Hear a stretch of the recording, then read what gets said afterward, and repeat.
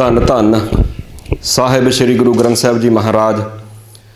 ਤਿਨਾਂ ਦੇ ਪਾਵਨ ਮੁਬਾਰਕ ਚਰਨਾਂ ਦੇ ਵਿੱਚ ਆਪ ਜੀ ਸਾਰੇ ਜੁੜ ਮਿਲ ਕੇ ਬੈਠੇ ਹੋ। ਮੇਰੀ ਵੀਰਾਂ ਨੂੰ ਬੇਨਤੀ ਹੈ ਕਿ ਜੇ ਆਪਾਂ ਥੋੜ੍ਹਾ ਜਿਹਾ ਲਾਗੇ ਜੇ ਹੋ ਜਾਈਏ, ਸਾਹਮਣੇ ਜਾਏ, ਕਿਉਂਕਿ ਬਾਹਰ ਮੈਨੂੰ ਲੱਗਦਾ ਕਿ CID ਵਾਲੇ ਵੀ ਆਏ ਹੁੰਦੇ ਆ, ਅਤੇ ਉਹਨਾਂ ਨੂੰ ਵੀ ਜਰਾ ਕੁ ਪਤਾ ਤਾਂ ਲੱਗੇ ਮੜ ਜਿਹਾ ਭਈ ਸੰਦੀਪ ਸਿੰਘ ਸਿੱਧੂ, ਦੀਪ ਸਿੱਧੂ ਹੁਣਾਂ ਦੇ ਨਾਲ ਪਿਆਰ ਕਰਨ ਵਾਲੇ ਉੱਥੇ ਇਕਾਗਰ ਹੋ ਕੇ ਜੁੜੇ ਸੀਗੇ ਅਤੇ ਵੱਡੀ ਗਿਣਤੀ ਵਿੱਚ ਆਏ ਸੀਗੇ। ਜਦੋਂ ਆਪਾਂ ਖਿੱਲਰ ਕੇ ਬਹਿੰਦੇ ਜਰਾ, ਉਹਨਾਂ ਨੇ ਕਹਿਣਾ ਯਾਰ 5-7 ਬੰਦੇ ਹੀ ਸੀਗੇ ਇੱਦਾਂ। ਸੋ ਇਲਾਕੇ ਦੇ ਵਿੱਚ ਜਿਹੜੇ ਹੋਰ ਲੋਕ ਹੈਗੇ ਨੇ, ਮੈਂ ਪਿੰਡ ਦੇ ਸਾਰਿਆਂ ਨੂੰ ਬੇਨਤੀ ਕਰਨੀ ਚਾਹੂੰਗਾ ਕਿ ਥੋੜ੍ਹਾ ਜਿਹਾ ਸਮਾਂ ਕੱਢ ਕੇ ਤੁਸੀਂ ਵੇਖੋ, ਸਾਡੇ ਕੋਲ ਕੋਈ ਇੱਕ ਨਹੀਂ, ਬਹੁਤ ਸਾਰੇ ਨੌਜਵਾਨ, ਤੁਸੀਂ ਪਿੱਛੇ ਝਾਤ ਮਾਰ ਕੇ ਵੇਖ ਲਓ, ਆਪਣੀਆਂ ਸੁੱਖਾਂ ਅਤੇ ਆਰਾਮਾਂ ਵਾਲੀਆਂ ਜ਼ਿੰਦਗੀਆਂ ਨੂੰ ਜਿਉਣਾ ਛੱਡ ਕੇ ਉਹ ਸਾਡੇ ਪੰਜਾਬ ਦੀ ਧਰਤੀ ਦੇ ਉੱਪਰ ਸਾਡੇ ਆਪਣੇ ਹੱਕਾਂ ਅਤੇ ਹਕੂਕਾਂ ਦੀ ਖਾਤਰ ਆਪਣੀਆਂ ਜਾਨਾਂ ਤੱਕ ਵਾਰ ਗਏ। ਇੱਦਾਂ ਹੀ ਦੀਪ ਸਿੱਧੂ ਹੋਰਾਂ ਨੂੰ ਮੈਂ ਜਦੋਂ ਵੇਖਦਾ, ਜਦੋਂ ਮੇਰੀ ਕਈ ਵਾਰੀ ਉਹਨਾਂ ਨਾਲ ਫੋਨ 'ਤੇ ਗੱਲ ਹੋਣੀ, ਤਾਂ ਜੋ ਮੈਂ ਮਹਿਸੂਸ ਕੀਤਾ, ਇਉਂ ਲੱਗਦਾ ਸੀ ਜਿੱਦਾਂ ਨਾ ਬੰਬੇ ਉਹਦਾ ਦਿਲ ਹੀ ਨਹੀਂ ਸੀ ਲੱਗਦਾ। ਜਦੋਂ ਇੱਕ ਵਾਰ ਇੱਥੇ ਆ ਗਿਆ, ਕਿਸਾਨੀ ਸੰਘਰਸ਼ ਚੱਲਿਆ, ਇਉਂ ਲੱਗਦਾ ਸੀਗਾ ਕਿ ਜਦੋਂ ਉੱਥੇ ਜਾਂਦਾ ਸੀਗਾ, ਉਹਨੂੰ ਜਿੱਦਾਂ ਪੰਜਾਬ ਦੀ ਮਿੱਟੀ, ਪੰਜਾਬ ਦੀ ਇਹ ਸਰਜ਼ਮੀਨ ਉਹਨੂੰ ਖਿੱਚਦੀ ਸੀਗੀ। ਇਉਂ ਲੱਗਦਾ ਵੀ ਜਿਵੇਂ ਇੱਕ ਮਾਂ ਨਾ ਆਪਣੇ ਪੁੱਤ ਨੂੰ ਖਿੱਚਦੀ ਆ ਕਿ ਪੁੱਤ ਮੈਨੂੰ ਤੇਰੀ ਲੋੜ ਵਾ, ਤੂੰ ਘਰ ਨੂੰ ਵਾਪਸ ਆ ਜਾ। ਸੋ ਇਹ ਜਿਹੜੀ ਸਾਡੀ ਪੰਜਾਬ ਦੀ ਮਿੱਟੀ ਇੱਕ ਤਰ੍ਹਾਂ ਮੈਨੂੰ ਲੱਗਦਾ ਕਿ ਮਾਂ ਬਣ ਕੇ ਉਹਨੂੰ ਆਵਾਜ਼ਾਂ ਮਾਰਦੀ ਸੀ, ਔਰ ਉਹ ਉੱਥੋਂ ਬੰਬੇ ਤੋਂ ਆਪਣੀ ਸੁੱਖਾਂ ਆਰਾਮਾਂ ਵਾਲੀ ਜ਼ਿੰਦਗੀ ਛੱਡ ਕੇ, ਆਪਣਾ ਕੈਰੀਅਰ ਛੱਡ ਕੇ ਉਹ ਸਾਡੀ ਪੰਜਾਬ ਦੀ ਧਰਤੀ ਦੇ ਉੱਪਰ ਆਉਂਦਾ ਰਿਹਾ। ਔਰ ਉਹਦਾ ਖਮਿਆਜ਼ਾ ਲਫ਼ਜ਼ ਕਈ ਵਾਰ ਮੈਂ ਬੋਲ ਦਿੰਦਾ, ਪਰ ਮੈਨੂੰ ਇਹ ਲੱਗਦਾ ਕਿ ਅਸਲ ਵਿੱਚ ਉਹ ਖਮਿਆਜ਼ਾ ਨਹੀਂ, ਉਹ ਆਪਣੀ ਜ਼ਿੰਦਗੀ ਨੂੰ ਸਫਲ ਕਰਕੇ ਚਲਾ ਗਿਆ। ਹੁਣ ਸਾਡੇ 'ਤੇ ਆ ਕਿ ਸਾਡੀ ਜਿੰਨੀ ਜ਼ਿੰਦਗੀ ਬਾਕੀ ਪਈ ਹੈ, ਅਸੀਂ ਆਪਣੀਆਂ ਜ਼ਿੰਦਗੀਆਂ ਇੱਦਾਂ ਹੀ ਭੰਗ ਦੇ ਭਾਅ ਗਵਾ ਕੇ ਜਾਣੀਆਂ, ਜਾਂ ਅਸੀਂ ਆਪਣੀ ਜ਼ਿੰਦਗੀ ਸਫਲ ਕਰਕੇ ਜਾਣੀ ਹੈ। ਇਹ ਸਾਡੇ 'ਤੇ ਡਿਪੈਂਡ ਕਰਦਾ ਹੈ। ਸੋ ਮੈਨੂੰ ਲੱਗਦਾ ਕਿ ਸਾਨੂੰ ਸਾਰਿਆਂ ਨੂੰ ਸਭ ਤੋਂ ਪਹਿਲਾਂ ਤਾਂ ਇਹ ਗੱਲ ਸਮਝਣ ਦੀ ਜ਼ਰੂਰਤ ਆ, ਜਿਵੇਂ ਆਪਾਂ ਜਦੋਂ ਦੀਪ ਸਿੱਧੂ ਹੋਰਾਂ ਦੇ ਸੰਸਕਾਰ 'ਤੇ ਗਏ ਆ ਉਦਣ ਵੀ, ਉਸ ਤੋਂ ਬਾਅਦ ਜਦੋਂ ਅੰਤਮ ਅਰਦਾਸ ਹੋਈ ਆ ਫਤਿਹਗੜ੍ਹ ਸਾਹਿਬ ਦੀ ਪਾਵਨ ਪਵਿੱਤਰ ਧਰਤੀ 'ਤੇ, ਉਸ ਦਿਨ ਵੀ ਉੱਥੇ ਨਾਅਰੇ ਗੂੰਜਦੇ ਸੀਗੇ, ਬੋਲੇ ਸੋ ਨਿਹਾਲ ਸਤਿ ਸ੍ਰੀ ਅਕਾਲ। ਉੱਥੇ ਨਾਅਰੇ ਗੂੰਜਦੇ ਸੀਗੇ ਖਾਲਿਸਤਾਨ ਜ਼ਿੰਦਾਬਾਦ। ਇੱਕ ਉੱਥੇ ਹੋਰ ਨਾਅਰਾ ਗੂੰਜਦਾ ਸੀ, ਦੀਪ ਸਿੱਧੂ ਤੇਰੀ ਸੋਚ 'ਤੇ ਪਹਿਰਾ ਦਿਆਂਗੇ ਠੋਕ ਕੇ। ਹੁਣ ਸਾਨੂੰ ਗੱਲ ਇਹ ਸਮਝਣ ਦੀ ਜ਼ਰੂਰਤ ਹੈ ਕਿ ਦੀਪ ਸਿੱਧੂ ਦੀ ਸੋਚ ਕੀ ਸੀ ਜਿਹਦੇ 'ਤੇ ਆਪਾਂ ਠੋਕ ਕੇ ਪਹਿਰਾ ਦੇਣਾ ਹੈ। ਇਹ ਗੱਲ ਬੜੀ ਮਹੱਤਵਪੂਰਨ ਹੈ। ਮੈਂ ਬੇਨਤੀ ਕਰਨੀ ਚਾਹੂੰਗਾ, ਇੱਕ ਬੰਦਾ ਹੁੰਦਾ ਸੁੱਤਾ ਹੋਇਆ, ਇੱਕ ਹੁੰਦਾ ਘਿਸਲ ਵੱਟੀ ਹੋਈ, ਇੱਕ ਹੁੰਦਾ ਕਿ ਜਿੱਦਾਂ ਨਾ ਪਹਿਲਾਂ ਤੋਂ ਜਿਹੜੀਆਂ ਗੱਲਾਂ ਚੱਲੀਆਂ ਆ ਰਹੀਆਂ, ਜਾਂ ਜਿਹੜੇ ਨਾਅਰੇ ਜਾਂ ਜਿਹੜੇ ਬੋਲ ਬਾਲੇ ਪਹਿਲਾਂ ਤੋਂ ਚੱਲੇ ਆ ਰਹੇ, ਅਸੀਂ ਉਹੀ ਉੱਦਾਂ ਹੀ ਬੋਲੀ ਜਾਂਦੇ ਹਾਂ। ਕਈ ਵਾਰ ਸਾਨੂੰ ਉਹਨਾਂ ਦੀ ਬਹੁਤੀ ਜ਼ਿਆਦਾ ਅਹਿਮੀਅਤ ਪਤਾ ਨਹੀਂ ਹੁੰਦੀ ਹੈਗੀ। ਕਈ ਵਾਰ ਇੰਝ ਹੁੰਦਾ, ਤੁਸੀਂ ਵੇਖੋ ਜਿਵੇਂ ਕਈ ਵਾਰ ਜਦੋਂ ਪ੍ਰਕਾਸ਼ ਪੁਰਬ ਹੁੰਦੇ ਆ, ਆਪਾਂ ਗੁਰੂ ਸਾਹਿਬਾਂ ਦੇ ਦਿਹਾੜੇ ਮਨਾਉਂਦੇ ਆ, ਅਤੇ ਆਪਾਂ ਪਿੰਡਾਂ ਦੇ ਵਿੱਚ, ਸ਼ਹਿਰਾਂ ਦੇ ਵਿੱਚ, ਮੁਹੱਲਿਆਂ ਦੇ ਵਿੱਚ, ਗਲੀਆਂ ਦੇ ਵਿੱਚ ਪ੍ਰਭਾਤ ਫੇਰੀਆਂ ਜਦੋਂ ਕੱਢਦੇ ਆ, ਤਾਂ ਉਸ ਵੇਲੇ ਆਪਾਂ ਅੰਮ੍ਰਿਤ ਵੇਲੇ ਉੱਠ ਕੇ ਉੱਚੀ ਉੱਚੀ ਆਵਾਜ਼ ਦੇ ਵਿੱਚ ਬੋਲਦੇ ਆ ਕਿ ਮੇਰਾ ਰੁੱਸੇ ਨਾ ਕਲਗੀਆਂ ਵਾਲਾ, ਜੱਗ ਭਾਵੇਂ ਸਾਰਾ ਰੁੱਸ ਜਾਏ। ਸੋ ਇੱਕ ਸਾਨੂੰ ਇਹ ਆ ਕਿ ਆਪਾਂ ਬੋਲਣਾ ਆ ਅਤੇ ਆਪਾਂ ਉਹੀ ਬੋਲੀ ਚਲੇ ਜਾਂਦੇ ਆ। ਪਰ ਜਦੋਂ ਆਪਾਂ ਆਪਣੀ ਜ਼ਿੰਦਗੀ ਨੂੰ ਅਸਲ ਦੇ ਵਿੱਚ ਜਿਉਂਦੇ ਆ, ਸਵੇਰ ਤੋਂ ਲੈ ਕੇ ਰਾਤ ਤੱਕ, ਜਨਮ ਤੋਂ ਲੈ ਕੇ ਮੌਤ ਤੱਕ, ਤਾਂ ਉਸ ਵੇਲੇ ਆਪਾਂ ਆਪਣੀ ਜ਼ਿੰਦਗੀ ਨੂੰ ਜਿਉਂਦੇ ਕਿੱਦਾਂ ਆ ਭਲਾ, ਉਹ ਗੱਲ ਨੂੰ ਸਮਝਣ ਦੀ ਜ਼ਰੂਰਤ ਹੁੰਦੀ ਹੈ। ਕਿਤੇ ਇਹ ਤਾਂ ਨਹੀਂ ਕਿ ਆਪਾਂ ਅੰਮ੍ਰਿਤ ਵੇਲੇ ਉੱਠ ਕੇ ਕਹਿੰਦੇ ਕੁਛ ਹੋਰ ਵਾਂ, ਪਰ ਅਸਲ ਜ਼ਿੰਦਗੀ ਵਿੱਚ ਅਸੀਂ ਕਰਦੇ ਕੁਛ ਇੱਦਾਂ ਆ ਕਿ ਜੱਗ ਨਾ ਕਿਤੇ ਰੁੱਸ ਜਾਵੇ, ਕਲਗੀਆਂ ਵਾਲੀ ਦੀ ਕੋਈ ਗੱਲ ਨਹੀਂ। ਹੁਣ ਤਾਂ ਕਹਿ ਦਾਂਗੇ ਪਾਤਸ਼ਾਹ ਜੀ ਸਾਨੂੰ ਬਖਸ਼ ਲਿਓ, ਹੈ ਨਾ, ਵੀ ਪਾਤਸ਼ਾਹ ਨੇ ਸਾਨੂੰ ਬਖਸ਼ ਹੀ ਦੇਣਾ, ਵੀ ਸੰਸਾਰ ਨਾ ਕਿਤੇ ਰੁੱਸ ਜਾਵੇ। ਆਨੰਦ ਕਾਰਜ ਹੁੰਦਾ, ਵਿਆਹ ਸ਼ਾਦੀ ਹੁੰਦੇ ਆ, ਤਦ ਵੀ ਅਸੀਂ ਕਹਿੰਦੇ ਆ ਨਹੀਂ ਸਾਨੂੰ, ਅਸੀਂ ਫਲਾਣੇ ਦੇ ਵੀ ਗਏ ਸੀ, ਉਹਨਾਂ ਨੇ DJ ਵਜਾਇਆ ਸੀਗਾ, ਹੁਣ ਸਾਨੂੰ ਭਾਵੇਂ ਇਹ ਕੰਮ ਨਹੀਂ ਕਰਨ ਵਾਸਤੇ ਸ਼ਰਾਬਾਂ ਨਹੀਂ ਪਿਉਣੀਆਂ, ਪਰ ਕਿਤੇ ਰਿਸ਼ਤੇਦਾਰ ਗੁੱਸੇ ਨਾ ਹੋ ਜਾਣ, ਪਿੰਡ ਵਾਲੇ ਕਿਤੇ ਕਹਿਣ ਨਾ ਪਈ ਯਾਰ ਇਹਨਾਂ ਨੇ ਵਿਆਹ ਬਹੁਤ ਸਾਦਾ ਜਿਹਾ ਕਰ ਲਿਆ। ਨਹੀਂ, ਡਟ ਕੇ ਪਹਿਰਾ ਦਿਆ ਕਰੀਏ। ਹੁਣ ਦੀਪ ਸਿੱਧੂ ਤੇਰੀ ਸੋਚ 'ਤੇ ਪਹਿਰਾ ਦਿਆਂਗੇ ਠੋਕ ਕੇ। ਦੀਪ ਸਿੱਧੂ ਦੀ ਸੋਚ ਕੀ ਸੀ, ਕਿਹੜੀ ਸੋਚ ਲੈ ਕੇ ਉਹ ਤੁਰਿਆ ਸੀਗਾ। ਔਰ ਜਿਨ੍ਹਾਂ ਦੀ ਉਹ ਗੱਲ ਕਰਦਾ ਸੀ ਸੰਤ ਗਿਆਨੀ ਜਰਨੈਲ ਸਿੰਘ ਜੀ ਖਾਲਸਾ ਭਿੰਡਰਾਂ ਵਾਲੇ, ਉਹਨਾਂ ਦੀ ਸੋਚ ਕੀ ਸੀ। ਜਿਨ੍ਹਾਂ ਸੂਰਬੀਰ ਬਹਾਦਰ ਯੋਧਿਆਂ ਦੀਆਂ ਉਹ ਗੱਲਾਂ ਕਰਿਆ ਕਰਦਾ ਸੀਗਾ, ਕਿਸ ਮਕਸਦ ਦੀ ਖਾਤਰ ਉਹਨਾਂ ਨੇ ਆਪਣੀਆਂ ਜਾਨਾਂ ਵਾਰੀਆਂ, ਉਹ ਮਕਸਦ ਨੂੰ ਸਮਝਣ ਦੀ ਜ਼ਰੂਰਤ ਵਾ। ਹੁਣ ਜਿਵੇਂ ਵੀਰ ਹੋਰਾਂ ਨੇ ਗੱਲ ਕੀਤੀ ਕਿ ਅਸੀਂ ਸਰਕਾਰ ਨੂੰ ਅਪੀਲ ਕਰਦੇ ਹਾਂ, ਮੈਂ ਬੇਨਤੀ ਕਰਾਂ, ਜਦੋਂ ਅਸੀਂ ਸੰਘਰਸ਼ ਦੇ ਰਾਹੇ ਪਏ ਹੁੰਦੇ ਆ ਨਾ, ਨੋਬਲਜੀਤ ਸਿੰਘ ਹੁਣੀ ਆਏ ਨੇ, ਹੋਰ ਵੀਰ ਤੁਹਾਡੇ ਵਿੱਚੋਂ ਵੀ ਜਿਹੜੇ ਆਪਾਂ ਵਿਚਰਦੇ ਆ ਨਾਲ, ਤੁਸੀਂ ਸਮੇਂ ਦੀਆਂ ਹਕੂਮਤਾਂ ਦੇ ਮੂਹਰੇ ਜਿੰਨੀਆਂ ਮਰਜ਼ੀ ਅਪੀਲਾਂ ਕਰੋ, ਆ ਤੁਸੀਂ ਦੇਖੋ ਇੱਕ ਇੱਕ ਕਰਕੇ। ਹੁਣ ਦੀਪ ਸਿੱਧੂ ਇੱਕ ਗੱਲ ਕਹਿੰਦਾ ਹੁੰਦਾ ਸੀ, ਖੁਦ ਮੁਖਤਿਆਰੀ, ਅਸੀਂ ਆਪਣੀ ਹੋਂਦ ਦੀ ਲੜਾਈ ਲੜ ਰਹੇ ਹਾਂ। ਹੁਣ ਕਈ ਵਾਰੀ ਕਈਆਂ ਨੂੰ ਸਮਝ ਨਹੀਂ ਆਉਂਦੀ, ਹੋਂਦ ਦਾ ਭਾਵ ਹੁੰਦਾ ਕਿ ਮੈਂ ਕੀ ਹਾਂ, ਮੇਰੀ ਪਹਿਚਾਣ, ਅਸੀਂ ਆਪਣੀ ਪਹਿਚਾਣ ਦੀ ਲੜਾਈ ਲੜ ਰਹੇ ਹਾਂ। ਸਾਡੀ ਹੋਂਦ ਨੂੰ ਹੀ ਸਮੇਂ ਦੀਆਂ ਹਕੂਮਤਾਂ ਨਿਗਲ ਜਾਣਾ ਚਾਹੁੰਦੀਆਂ ਨੇ, ਉਹ ਸਾਨੂੰ ਵੇਖਣਾ ਨਹੀਂ ਮੰਗਦੇ, ਉਹ ਨਹੀਂ ਚਾਹੁੰਦੇ ਹੈਗੇ ਕਿ ਅਸੀਂ ਰਹੀਏ। ਉਹਨਾਂ ਨੂੰ ਸਾਡੀ ਦਸਤਾਰ ਚੁੱਭਦੀ ਹੈ, ਉਹਨਾਂ ਨੂੰ ਸਾਡਾ ਖਾਲਸਾਈ ਸਰੂਪ ਚੁੱਭਦਾ, ਅਲੱਗ-ਅਲੱਗ ਢੰਗ ਤਰੀਕਿਆਂ ਦੇ ਨਾਲ ਉਹ ਸਾਨੂੰ ਖਾ ਜਾਣਾ ਚਾਹੁੰਦੇ ਆ। ਤੁਸੀਂ ਵੇਖੋ ਕਈ ਵਾਰ ਤੁਹਾਨੂੰ ਖਬਰਾਂ ਸੁਣਨ ਨੂੰ ਪੜ੍ਹਨ ਨੂੰ ਮਿਲਦੀਆਂ ਨੇ, ਸੋਸ਼ਲ ਮੀਡੀਆ ਦਾ ਯੁੱਗ ਹੈ ਅੱਜ, ਫੇਸਬੁੱਕ 'ਤੇ ਬਹੁਤ ਸਾਰੀਆਂ ਵੀਡੀਓਜ਼ ਵਾਇਰਲ ਹੁੰਦੀਆਂ ਨੇ, ਪਤਾ ਲੱਗਦਾ ਕਿ ਫਲਾਣੀ ਸਟੇਟ ਦੇ ਵਿੱਚ ਜਾਂ ਫਲਾਣੇ ਸ਼ਹਿਰ ਦੇ ਵਿੱਚ ਉੱਥੇ ਇੱਕ ਸਿੱਖ ਬੱਚੀ ਨੂੰ ਕਹਿਤਾ ਗਿਆ ਕਿ ਤੂੰ ਆਪਦੇ ਸਿਰ ਦੇ ਉੱਪਰ ਦਸਤਾਰ ਬੰਨ੍ਹ ਕੇ ਸਕੂਲ ਨਹੀਂ ਆ ਸਕਦੀ, ਕਾਲਜ ਨਹੀਂ ਆ ਸਕਦੀ। ਇਹਦਾ ਕੀ ਮਤਲਬ ਆ ਭਲਾ? ਗੁਰੂ ਸਾਹਿਬ ਜੀ ਨੇ ਸਾਨੂੰ ਕਕਾਰ ਬਖਸ਼ੇ ਨੇ, ਔਰ ਸਾਡੀ ਆਪਣੀ ਸਰਜ਼ਮੀਨ ਦੇ ਉੱਪਰ ਜਿਹੜੇ ਸਕੂਲ ਕਾਲਜਿਸ ਜਾਂ ਯੂਨੀਵਰਸਿਟੀਜ਼ ਬਣੀਆਂ ਹੋਈਆਂ ਨੇ, ਉੱਥੋਂ ਜੇ ਇੱਦਾਂ ਦੇ ਫੁਰਮਾਨ ਜਾਰੀ ਹੋਣ ਲੱਗ ਪੈਣ ਕਿ ਤੁਸੀਂ ਆਪਣੇ ਕਕਾਰ ਧਾਰਨ ਕਰਕੇ ਸਕੂਲ ਨਹੀਂ ਆ ਸਕਦੇ, ਇਟ ਮੀਨ ਸਾਡੀ ਹੋਂਦ ਦੇ ਉੱਪਰ ਸਿੱਧਾ ਅਟੈਕ ਆ, ਬਿਲਕੁਲ ਸਿੱਧਾ। ਸੋ ਇਹ ਆ ਸਾਡੀ ਹੋਂਦ। ਅਸੀਂ ਦੋ ਗੱਲਾਂ ਹੁੰਦੀਆਂ ਨੇ ਆਪਣੀ ਹੋਂਦ ਨੂੰ, ਇੱਕ ਤਾਂ ਅਸੀਂ ਖੁਦ ਆਪਣੇ ਹੱਥੀਂ ਮਿਟਾ ਰਹੇ ਹਾਂ, ਇਹ ਵੀ ਇੱਕ ਸੱਚਾਈ ਹੈ। ਇੱਕ ਤਾਂ ਅਸੀਂ ਆਪਣੀ ਹੋਂਦ ਨੂੰ, ਆਪਣੀ ਸਿੱਖੀ ਨੂੰ ਆਪਣੇ ਪਰਿਵਾਰਾਂ ਦੇ ਵਿੱਚੋਂ ਖੁਦ ਆਪ ਖਤਮ ਕਰਦੇ ਜਾ ਰਹੇ ਹਾਂ। ਇੱਕ ਸਮੇਂ ਦੀ ਸਰਕਾਰ ਦਾ ਜ਼ੋਰ ਲੱਗਾ ਹੋਇਆ ਕਿ ਆਪਾਂ ਇਹਨਾਂ ਨੂੰ ਮਨਫੀ ਕਿੱਦਾਂ ਕਰਨਾ, ਆਪਾਂ ਇਹਨਾਂ ਨੂੰ ਧੱਕ ਕੇ ਕੰਧ ਦੇ ਨਾਲ ਕਿੱਦਾਂ ਲਾਉਣਾ ਹੈਗਾ। ਸੋ ਇੱਕ ਉਹਨਾਂ ਦਾ ਇਹ ਜ਼ੋਰ ਲੱਗਾ ਹੋਇਆ।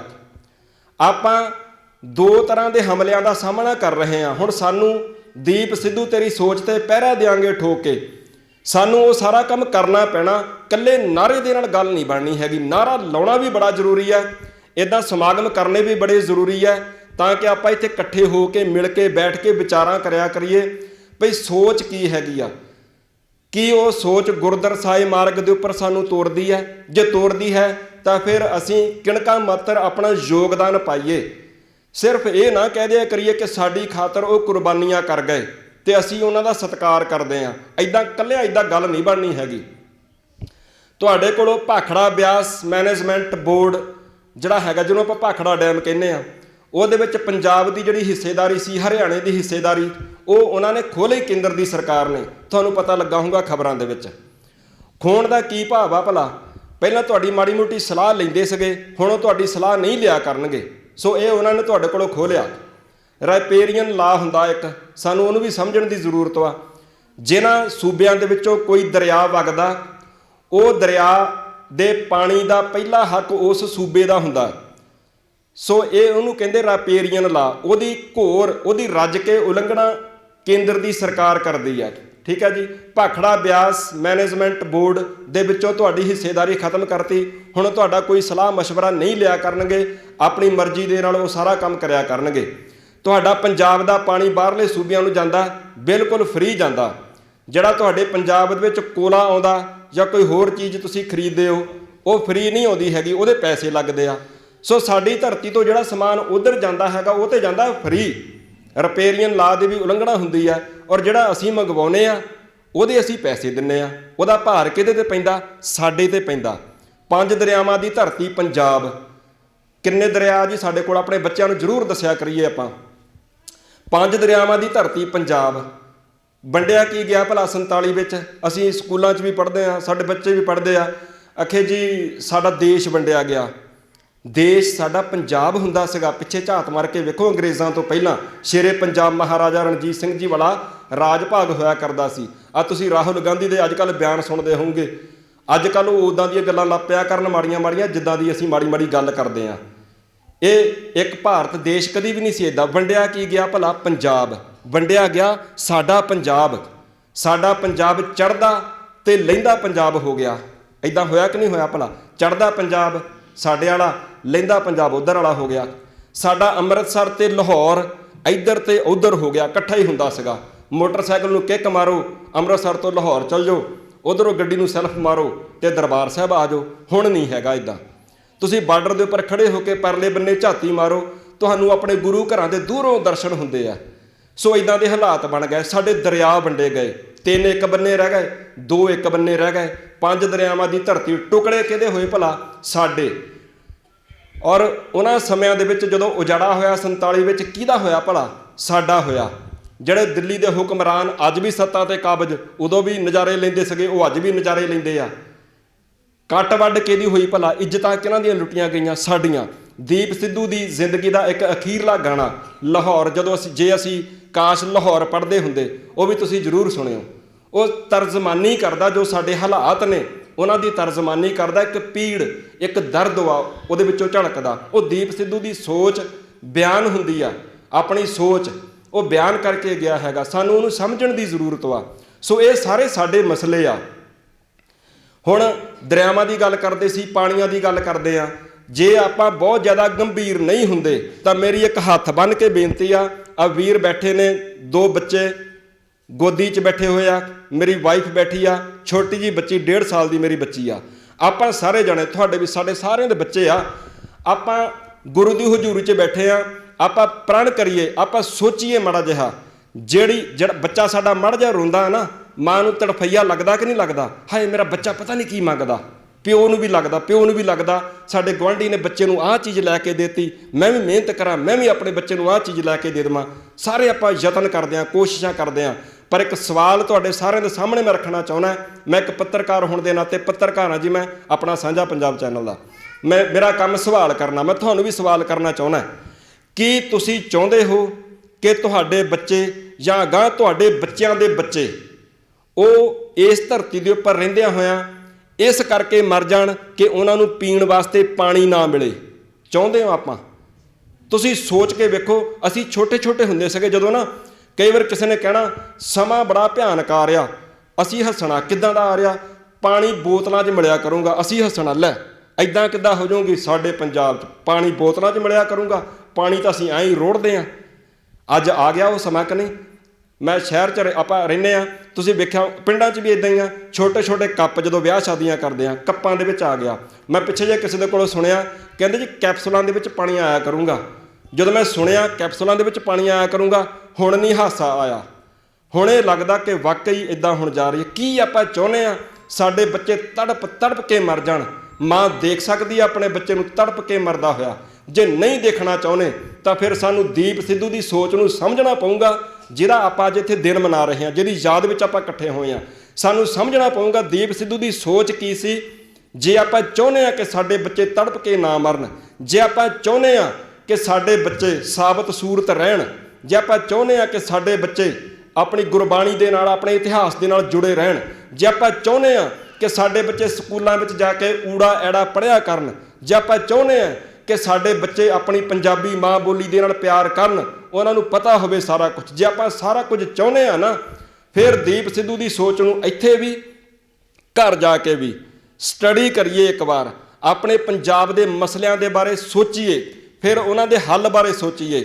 ਇੱਥੋਂ ਸਾਰਿਆਂ ਨੇ ਚਲੇ ਜਾਣਾ ਆਪਾਂ ਜ਼ਿੰਦਗੀ ਜੀਉ ਕੇ। ਸਿਰਫ ਤੇ ਸਿਰਫ ਡਿਪੈਂਡ ਇਸ ਗੱਲ ਇਹ ਆ ਮਹੱਤਵਪੂਰਨ ਕਿ ਆਪਾਂ ਜ਼ਿੰਦਗੀ ਜੀਉ ਕੇ ਕਿੱਦਾਂ ਦੀ ਜਾ ਰਹੇ ਹਾਂ। ਬਸ ਆਪਾਂ ਕਈ ਵਾਰ ਗੱਲ ਕਰਦੇ ਹਾਂ ਕਿ ਮਾਵਾਂ ਬੱਚਿਆਂ ਨੂੰ ਆਸ਼ੀਰਵਾਦ ਦਿੰਦੀਆਂ ਨੇ, ਜੇ ਕੋਈ ਕਿਸੇ ਦੇ ਪੈਰੀਂ ਹੱਥ ਲਾਵੇ, ਪੁੱਤ ਵੱਡੀਆਂ ਉਮਰਾਂ ਮਾਣੇ। ਮੈਂ ਕਹਿੰਦਾ ਕਿ ਆਪਾਂ ਥੋੜ੍ਹਾ ਵੇਟ ਕਰ ਲਈਏ, ਕੁਝ ਸਮਾਂ ਆਹ ਵਾਲਾ ਆਸ਼ੀਰਵਾਦ ਦੇਣਾ ਬੰਦ ਕਰ ਦਈਏ। ਆਪਾਂ ਆਸ਼ੀਰਵਾਦ ਇਹ ਦਿਆ ਕਰੀਏ, ਬੇਟਾ ਭਾਵੇਂ ਥੋੜ੍ਹਾ ਜੀ ਕੇ ਜਾ, ਇੱਦਾਂ ਦੀ ਜ਼ਿੰਦਗੀ ਜਿਉ ਕੇ ਜਾ ਜਿਹਦੇ ਨਾਲ ਸਾਡੇ ਪੰਜਾਬ ਦਾ, ਸਾਡੀਆਂ ਆਉਣ ਵਾਲੀਆਂ ਨਸਲਾਂ ਦਾ ਭਲਾ ਹੋ ਜਾਵੇ। ਜੇ ਆਪਾਂ ਕੁਛ ਇੱਦਾਂ ਦਾ ਕਰ ਲਈਏ ਤਾਂ ਮੈਨੂੰ ਲੱਗਦਾ ਕਿ ਦੀਪ ਸਿੱਧੂ ਦੀ ਆਤਮਾ ਨੂੰ ਜ਼ਰੂਰ ਉਹਦੀ ਰੂਹ ਨੂੰ ਸ਼ਾਂਤੀ ਮਿਲੂਗੀ। ਤੁਸੀਂ ਇੱਕ ਵੀਡੀਓ ਦੇਖੀ ਹੋਣੀ ਦੀਪ ਸਿੱਧੂ ਦੀ, ਮੈਂ ਵੇਖੀ, ਮੈਂ ਮੁੜ ਹੁਣ ਦੁਬਾਰਾ ਕਈ ਵਾਰ ਵੇਖੀ। ਜਦੋਂ ਮੈਂ ਬਾਰ-ਬਾਰ ਕਈ ਵਾਰ ਮੈਂ ਇਕੱਲਾ ਬਹਿ ਕੇ ਵੇਖਦਾ ਨਾ, ਗੁਰੂ ਦੀ ਹਜ਼ੂਰੀ 'ਚ ਖੜਾ, ਕਈ ਵਾਰ ਅੱਖਾਂ ਭਰਦੀਆਂ ਨੇ। ਉਹ ਇਹ ਗੱਲ ਕਹਿੰਦਾ ਸੀ, ਕਹਿੰਦਾ ਤੁਸੀਂ ਸਾਨੂੰ ਸਾਰਿਆਂ ਨੂੰ ਕਹਿੰਦਾ ਸੀ, ਕਹਿੰਦਾ ਤੁਸੀਂ ਅੱਜ ਮੇਰੀ ਰੂਹ ਨੂੰ ਦੁਖੀ ਕਰ ਦਿੱਤਾ। ਕਹਿੰਦਾ ਮੈਂ ਤੁਹਾਡੇ ਵਾਸਤੇ ਕਹਿੰਦਾ ਆਹ ਖਾਣਾ ਖਾ ਰਿਹਾ, ਕਹਿੰਦਾ ਮੈਂ ਤੁਹਾਡੇ ਵਾਸਤੇ ਉੱਥੋਂ ਮੈਂ ਕੋਈ ਨਹੀਂ ਖੜੂੰਗਾ ਤੁਹਾਡੇ ਵਾਸਤੇ। ਉਹ ਇਹ ਵੀ ਗੱਲ ਕਹਿੰਦਾ ਸੀ, ਦੁਖੀ ਅੰਦਰੋਂ ਹੋ ਗਿਆ ਸੀਗਾ ਉਹ, ਤੁਹਾਡੇ ਵਾਸਤੇ ਕੋਈ ਨਹੀਂ ਖੜੂੰਗਾ। ਤੁਸੀਂ ਯਕੀਨ ਨਹੀਂ ਕਰਦੇ ਕਿਸੇ ਦੇ ਉੱਪਰ। ਕਹਿੰਦਾ ਤੁਸੀਂ ਮਿੰਟੋ ਪਹਿਲਾਂ ਅਗਲੇ ਦੇ ਉੱਪਰ ਗੱਦਾਰ ਦਾ ਟੈਗ ਲਾਉਂਦੇ ਹੋ। ਜਿੰਨਾ ਚਿਰ ਬੰਦਾ ਮਰ ਨਹੀਂ ਜਾਂਦਾ ਉਹਨਾਂ ਚਿਰ ਅਸੀਂ ਯਕੀਨ ਹੀ ਨਹੀਂ ਕਰਦੇ। ਇੱਕ ਬੰਦਾ ਆਪਣਾ ਕੈਰੀਅਰ ਛੱਡ ਕੇ ਸਾਡੇ ਵਾਸਤੇ ਆ ਗਿਆ, ਅਸੀਂ ਸਮਝਿਆ ਕਰੀਏ ਵੀ ਉਹ ਕਰ ਕੀ ਰਿਹਾ ਹੈਗਾ, ਉਹ ਬੋਲ ਕੀ ਰਿਹਾ ਹੈਗਾ, ਉਹ ਚਾਹੁੰਦਾ ਕੀ ਹੈਗਾ। ਸੋ ਜੇ ਸਾਡੇ ਭਲੇ ਵਾਸਤੇ ਕੋਈ ਚਾਹੁੰਦਾ ਹੈਗਾ, ਅਸੀਂ ਮੋਢੇ ਨਾਲ ਮੋਢਾ ਢਾਹ ਕੇ ਖੜਿਆ ਕਰੀਏ।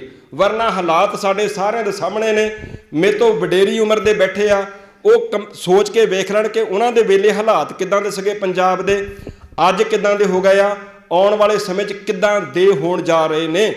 ਸਾਡੇ ਪੰਜਾਬ ਦੀ ਧਰਤੀ ਹੋਵੇ, ਬੱਚਾ ਜਾਵੇ ਸਕੂਲ ਵਾਲੇ ਕਹਿਣ ਹਿੰਦੀ ਵਿੱਚ ਗੱਲ ਕਰਨੀ ਹੈ ਜਾਂ ਅੰਗਰੇਜ਼ੀ ਵਿੱਚ ਗੱਲ ਕਰਨੀ ਹੈ, ਜੇ ਪੰਜਾਬੀ ਬੋਲੂਗੇ ਤਾਂ ਜੁਰਮਾਨਾ ਲੱਗੂਗਾ। ਅਸੀਂ ਅੱਗੋਂ ਹੱਸ ਕੇ ਨਾ ਬੱਚਾ ਸਕੂਲੇ ਜਾਂਦਾ ਨਾ, ਵਧੀਆ ਸਕੂਲੇ ਜਾਂਦਾ, ਤਾਂ ਕਰਕੇ ਅਸੀਂ ਫਿਰ ਕਹਿੰਦੇ ਹਾਂ ਵੀ ਚਲੋ ਕੋਈ ਨਹੀਂ ਬੇਟਾ, ਬੋਲਿਆ ਕਰ ਹਿੰਦੀ, ਬੋਲਿਆ ਕਰ ਅੰਗਰੇਜ਼ੀ, ਕੋਈ ਗੱਲ ਨਹੀਂ।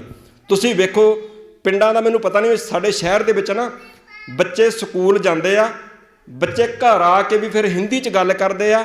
ਔਰ ਚੰਗੇ ਭਲੇ ਪੰਜਾਬ ਦੇ ਰਹਿਣ ਵਾਲੇ ਮਾਂ-ਬਾਪ ਉਹ ਵੀ ਬੱਚਿਆਂ ਦੇ ਪਿੱਛੇ ਲੱਗ ਕੇ ਉਹ ਵੀ ਹਿੰਦੀ ਬੋਲਦੇ ਆ ਮਗਰ। ਸੋ ਆਹ ਸਾਡੀ ਪੋਜੀਸ਼ਨ ਆ, ਆਹ ਸਾਡੇ ਹਾਲਾਤ ਵਾ ਸਾਡੀ ਆਪਣੀ ਸਰਜ਼ਮੀਨ ਦੇ ਉੱਪਰ। ਆਪਾਂ ਫੈਸਲਾ ਕਰਨਾ ਕਿ ਆਪਾਂ ਇਦਾਂ ਦਾ ਮਾਹੌਲ ਚਾਹੁੰਦੇ ਆ, ਆਪਾਂ ਚਾਹੁੰਦੇ ਆ ਕਿ ਸਾਡੇ ਬੱਚੇ ਇਦਾਂ ਦੇ ਮਾਹੌਲ ਦੇ ਵਿੱਚ ਰਹਿਣ।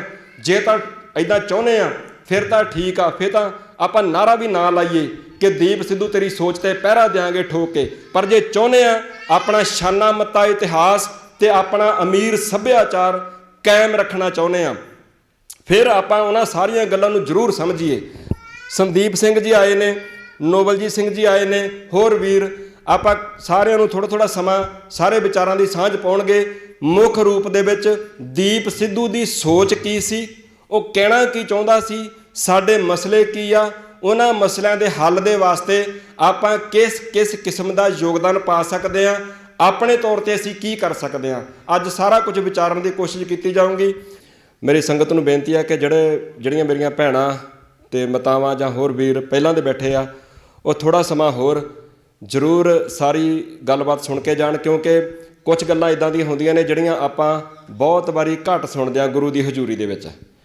ਇੱਕ ਗੱਲ ਮੈਂ ਹੋਰ ਆਪਣੇ ਦੁਖੀ ਮਨ ਦੇ ਵਿੱਚੋਂ ਕਹਿਣੀ ਚਾਹੁੰਦਾ, ਬਹੁਤ ਪਿੰਡਾਂ ਦੇ ਵਿੱਚ ਜਾਈਦਾ, ਪੰਜਾਬ ਦੇ ਵੱਖ-ਵੱਖ ਸ਼ਹਿਰਾਂ ਗਲੀਆਂ ਮੁਹੱਲਿਆਂ ਦੇ ਵਿੱਚ ਜਾਈਦਾ। ਤੁਸੀਂ ਯਕੀਨ ਕਰਕੇ ਜਾਣਿਓ, ਆਪਾਂ ਜਿਹੜੀਆਂ ਗੱਲਾਂ ਕਰ ਰਹੇ ਹਾਂ ਇਹ ਤੁਹਾਡੇ ਨਾਲ, ਸਾਡੇ ਨਾਲ, ਸਾਡੀ ਮਿੱਟੀ ਦੇ ਨਾਲ, ਸਾਡੇ ਘਰਾਂ ਦੇ ਨਾਲ, ਸਾਡੇ ਭਵਿੱਖ ਦੇ ਨਾਲ ਰਿਲੇਟਡ ਗੱਲਾਂ ਨੇ। ਕੀ ਤੁਹਾਨੂੰ ਨਹੀਂ ਲੱਗਦਾ ਕਿ ਸਾਡੇ ਭਵਿੱਖ ਦੇ ਨਾਲ ਸੰਬੰਧਿਤ ਗੱਲਾਂ ਆ ਸਾਰੀਆਂ ਆਹ? ਤੁਸੀਂ ਯਕੀਨ ਕਰਕੇ ਜਾਣਿਓ। ਦੁਖੀ ਮਨ ਦੇ ਨਾਲ ਮੈਂ ਤੁਹਾਨੂੰ ਦੱਸਣਾ ਚਾਹੁੰਦਾ, ਬਹੁਤ ਸਾਰੀਆਂ ਨਾ ਕਈ ਵਾਰ ਗੁਰੂ ਘਰਾਂ ਦੀਆਂ ਪ੍ਰਬੰਧਕ ਕਮੇਟੀਆਂ ਉਹ ਜਗ੍ਹਾ ਹੀ ਨਹੀਂ ਦਿੰਦੀਆਂ। ਉਹ ਕਹਿੰਦੇ ਨਹੀਂ, ਸਾਡੇ ਗੁਰਦੁਆਰਾ ਸਾਹਿਬ ਦੇ ਵਿੱਚ ਆ ਕੇ ਨਾ ਇੱਥੇ ਤੁਸੀਂ ਆਹ ਗੱਲਾਂ ਨਹੀਂ ਕਰਨੀਆਂ, ਹੱਦ ਹੋ ਗਈ। ਜਿਵੇਂ ਵੀਰ ਨੇ ਆਖਿਆ, ਹਮ ਰੱਖਤ ਪਾਤਸ਼ਾਹੀ ਦਾਵਾ, ਅਸੀਂ ਪਾਤਸ਼ਾਹੀ ਦਾਵਾ ਰੱਖਦੇ ਹਾਂ। ਸਾਹਿਬਾਂ ਨੇ ਸਾਨੂੰ ਸਾਰਾ ਕੁਝ ਬਖਸ਼ਿਸ਼ ਕੀਤਾ ਸੀਗਾ, ਔਰ ਸਾਡੇ ਉਹਨਾਂ ਗੁਰੂ ਘਰਾਂ ਦੇ ਉੱਤੇ ਉਹ ਲੋਕ ਕਾਬਜ਼ ਹੋ ਕੇ ਬਹਿ ਗਏ, ਉਹ ਜਿਹੜੇ ਸਾਨੂੰ ਉਹ ਗੱਲਾਂ ਹੀ ਨਹੀਂ ਕਰਨ ਦਿੰਦੇ। ਸ਼੍ਰੀ ਗੁਰੂ ਗ੍ਰੰਥ ਸਾਹਿਬ ਮਹਾਰਾਜ ਜੀ ਦੀ ਬਾਣੀ 1430 ਅੰਗ ਸਾਨੂੰ ਉਹਦੀ ਵਿਆਖਿਆ ਉਸ ਤਰੀਕੇ ਨਾਲ ਕਰਨੇ ਹੀ ਨਹੀਂ ਦਿੰਦੇ ਹੈਗੇ ਜਿਸ ਤਰੀਕੇ ਨਾਲ ਗੁਰੂ ਸਾਹਿਬ ਜੀ ਨੇ ਕੀਤੀ ਹੈ। ਸਾਡਾ ਇਤਿਹਾਸ 18ਵੀਂ ਸਦੀ ਦਾ ਸਿੱਖ ਇਤਿਹਾਸ, ਉਸ ਤੋਂ ਬਾਅਦ ਸਾਡਾ ਅੱਜ ਵਾਲਾ ਇਤਿਹਾਸ 1947 ਤੋਂ ਬਾਅਦ ਵਾਲਾ, 1984, ਜੂਨ 84, ਨਵੰਬਰ 1984, ਸਾਨੂੰ ਗੱਲਾਂ ਹੀ ਨਹੀਂ ਕਰਨ ਦਿੰਦੇ। ਕਹਿੰਦੇ ਨਹੀਂ ਇੱਦਾਂ ਦੀਆਂ ਗੱਲਾਂ ਨਾ ਕਰਿਓ। ਇੱਦਾਂ ਦੀਆਂ ਗੱਲਾਂ ਨੂੰ ਪਤਾ ਕੀ ਕਹਿੰਦੇ ਆ? ਕਹਿੰਦੇ ਰਾਜਨੀਤਿਕ ਗੱਲਾਂ ਆ, ਇਹ ਨਾ ਕਰਿਓ। ਕਹਿੰਦੇ ਗੁਰੂ ਮਹਾਰਾਜ ਜੀ ਨੇ ਦਰਬਾਰ ਸਾਹਿਬ ਦਰਸ਼ਨ ਕਰਨ ਵਾਸਤੇ ਜਾਂਦੇ ਆ, ਦਰਬਾਰ ਸਾਹਿਬ ਦੇ ਸਾਹਮਣੇ ਅਕਾਲ ਤਖਤ ਸਾਹਿਬ ਦੀ ਸਿਰਜਣਾ ਕੀਤੀ ਸੀ। ਧਰਮ ਅਤੇ ਰਾਜਨੀਤੀ ਗੁਰੂ ਸਾਹਿਬ ਜੀ ਨੇ ਇਕੱਠਿਆਂ ਕੀਤੇ ਸੀਗੇ। ਸਾਹਿਬਾਂ ਨੇ ਬਾਬਰ ਨੂੰ ਜਾਬਰ ਰੱਖਿਆ ਸੀਗਾ, ਔਰ 6ਵੇਂ ਪਾਤਸ਼ਾਹ ਗੁਰੂ ਪਾਤਸ਼ਾਹ ਜੀ ਨੇ ਸਮੇਂ ਦੀ ਹਕੂਮਤ ਦੇ ਬਰਾਬਰ ਉਹਨਾਂ ਨੇ ਤਖਤ ਲਾਇਆ ਸੀਗਾ। ਬਰਾਬਰ ਨਹੀਂ, ਮਾਫ ਕਰਨਾ, ਉਹ ਤੋਂ ਉੱਚਾ। ਸਾਹਿਬਾਂ ਨੇ ਸਾਨੂੰ ਆਹ ਕੁਛ ਬਖਸ਼ਿਸ਼ ਕੀਤਾ ਹੋਇਆ। ਸਮੇਂ ਦੀਆਂ ਜ਼ਾਲਮ ਹਕੂਮਤਾਂ ਦੇ ਨਾਲ ਜੂਝਦਿਆਂ ਹੋਇਆਂ ਛੋਟੇ ਸਾਹਿਬਜ਼ਾਦੇ ਔਰ ਗੁਰੂ ਸਾਹਿਬ ਜੀ ਦੇ ਲਖਤੇ ਜ਼ਿਗਰ, ਗੁਰੂ ਸਾਹਿਬ ਜੀ ਦੇ ਜਾਨੋਂ ਵੱਧ ਪਿਆਰੇ ਸਿੱਖ ਸ਼ਹਾਦਤਾਂ ਦੇ ਜਾਮ ਪੀ ਕੇ ਗਏ। ਔਰ ਅਸੀਂ ਇੱਥੇ ਇੱਕ ਗੱਲ ਕਰਦੇ ਨੇ, ਰਾਜਨੀਤਿਕ ਗੱਲਾਂ ਨਹੀਂ ਕਰਨੀਆਂ ਗੁਰੂ ਦੀ ਹਜ਼ੂਰੀ ਦੇ ਵਿੱਚ, ਜਦੋਂ ਕਿ ਉਹ ਖੁਦ ਜਿਹੜੀ ਇਸ ਗੰਦੀ ਪੋਲਿਟਿਕਸ ਦਾ ਹਿੱਸਾ ਬਣ ਚੁੱਕੇ ਜਿਹੜੇ ਲੋਕ ਲੀਡਰ ਨੇ, ਉਹਨਾਂ ਨੂੰ ਤਾਂ ਥਾਂ ਦੇਂਦੇ ਆ ਗੁਰੂ ਦੀ ਹਜ਼ੂਰੀ ਵਿੱਚ। ਉਹ ਆ ਕੇ ਇੱਥੇ ਆਪਣੀ ਪਾਰਟੀ ਵਾਸਤੇ ਤੁਹਾਡੇ ਪਿੰਡ ਦੇ ਲੋਕਾਂ ਕੋਲੋਂ ਵੋਟਾਂ ਵੀ ਮੰਗ ਕੇ ਚੱਲ ਜਾਂਦੇ ਆ। ਸੋ ਸਾਨੂੰ ਉਹ ਲੱਗਦਾ ਕਿ ਉਹ ਰਾਜਨੀਤੀ ਨਹੀਂ ਹੈ। ਆਹ ਆ ਸੱਚੀ ਤੇ ਸੁੱਚੀ ਰਾਜਨੀਤੀ ਜਿਹੜੀ ਆਪਾਂ ਗੱਲ ਕਰ ਰਹੇ ਹਾਂ। ਇੱਕ ਹੋਰ ਬੇਨਤੀ ਕਰਨੀ ਚਾਹੂੰਗਾ, ਕਈ ਵਾਰ ਨਾ ਸਾਡੇ ਵਿੱਚ ਕੁਝ ਘਾਟਾਂ ਹੁੰਦੀਆਂ ਨੇ, ਜਿਹੜੀਆਂ ਕਈ ਵਾਰ ਦੀਦੀਆਂ ਹੁੰਦੀਆਂ ਨੇ ਕੁਝ, ਤੇ ਕੁਝ ਦੀਦੀਆਂ ਨਹੀਂ ਹੁੰਦੀਆਂ। ਕੁਝ ਅਸੀਂ ਬੋਲ ਕੇ ਇੱਕ ਦੂਜੇ ਨੂੰ ਦੱਸ ਦਿੰਦੇ ਹਾਂ ਕਿ ਮੇਰੇ 'ਚ ਆਹ ਘਾਟਾਂ ਨੇ, ਕੁਝ ਸਾਨੂੰ ਕਿਸੇ ਨੂੰ ਕਈ ਵਾਰ ਬਾਅਦ 'ਚ ਪਤਾ ਲੱਗਦਾ, ਸਾਲ ਕੁ ਬਾਅਦ ਪਤਾ ਲੱਗਦਾ ਕਿ ਆਹ ਬੰਦੇ 'ਚ ਆਹ ਘਾਟ ਵਾ। ਅਸੀਂ ਕੀ ਕਰਦੇ ਹਾਂ, ਸਾਨੂੰ ਘਾਟ ਪਤਾ ਲੱਗਿਓ ਅਸੀਂ ਉਹੀ ਫੜ ਕੇ ਬਹਿ ਜਾਂਦੇ ਹਾਂ। ਸੋ ਹਰੇਕ ਬੰਦੇ ਦੇ ਵਿੱਚ ਕੋਈ ਨਾ ਕੋਈ ਘਾਟ ਹੁੰਦੀ ਹੈ। ਜਿਹੜੀਆਂ ਵਾਧਾਂ ਨੇ, ਜਿਹੜੀਆਂ ਪੋਜ਼ਿਟਿਵ ਗੱਲਾਂ ਨੇ, ਜਿਹੜਾ ਸੰਘਰਸ਼ ਅਗਲਾ ਕੋਈ ਵੀ ਸਾਡੇ ਵਾਸਤੇ ਲੜ ਰਿਹਾ, ਸਾਡੀ ਧਰਤੀ ਵਾਸਤੇ ਲੜ ਰਿਹਾ, ਆਪਾਂ ਨੂੰ ਉਹਨੂੰ ਵੇਖਣਾ ਚਾਹੀਦਾ, ਸਾਨੂੰ ਉਹਦੇ ਪਿੱਛੇ ਚੱਲਣਾ ਚਾਹੀਦਾ ਜਿਹਦੇ ਨਾਲ ਸਾਡਾ ਭਲਾ ਹੋਣਾ। ਮੈਂ ਜਲੰਧਰ ਤੋਂ ਨਵਾਂ ਇੱਥੇ ਇੱਕ ਵਾਰੀ ਆਇਆ, ਜਦੋਂ ਸ਼ੁਰੂ ਵਿੱਚ ਹੁਸ਼ਿਆਰਪੁਰ ਤੇ ਆਸੇ-ਪਾਸੇ ਧਿਆਨ ਕੀਤਾ ਵੀ ਕਿੱਧਰਲੇ ਬੰਨੇ ਵਧੀਆ ਸਮਾਗਮ ਹੁੰਦੇ ਆ, ਵੀ ਚਲੋ ਉੱਥੇ ਜਾ ਕੇ ਅਟੈਂਡ ਕਰਿਆ ਕਰਾਂਗੇ। ਤੇ ਮੈਨੂੰ ਕਿਸੇ ਨੇ ਦੱਸਿਆ, ਕਹਿੰਦੇ ਰਮਦਾਸਪੁਰ ਜਾਇਆ ਕਰੋ। ਮੈਂ ਕਿਹਾ ਚਲੋ ਦੇਖ ਲੈਂਦੇ ਜਾ ਕੇ ਇੱਕ ਵਾਰੀ। ਜਦੋਂ ਇੱਕ ਵਾਰੀ ਉੱਥੇ ਜਾ ਕੇ ਵੇਖਿਆ ਤੇ ਜੂਨ 84 ਦੇ ਸੰਬੰਧ ਵਿੱਚ ਜੋ ਘੱਲੂਘਾਰਾ ਸਿੱਖ ਕੌਮ ਨੇ ਆਪਣੇ ਪਿੰਡੇ ਦੇ ਉੱਪਰ ਝੱਲਿਆ, ਉਹਦੇ ਸੰਬੰਧ ਵਿੱਚ 7 ਦਿਨ ਸਮਾਗਮ ਚੱਲਿਆ ਤੇ ਮੈਂ 5 ਦਿਨ ਹਾਜ਼ਰੀ ਭਰ ਕੇ ਆਇਆ। ਤੇ ਵਾਕਈ ਮੈਨੂੰ ਲੱਗਾ ਕਿ ਵਾਕਈ ਉਹ ਸਮਾਗਮ ਜਿੱਦਾਂ ਦੇ ਹੋਣੇ ਚਾਹੀਦੇ ਨੇ ਉੱਥੇ ਹੁੰਦੇ ਨੇ।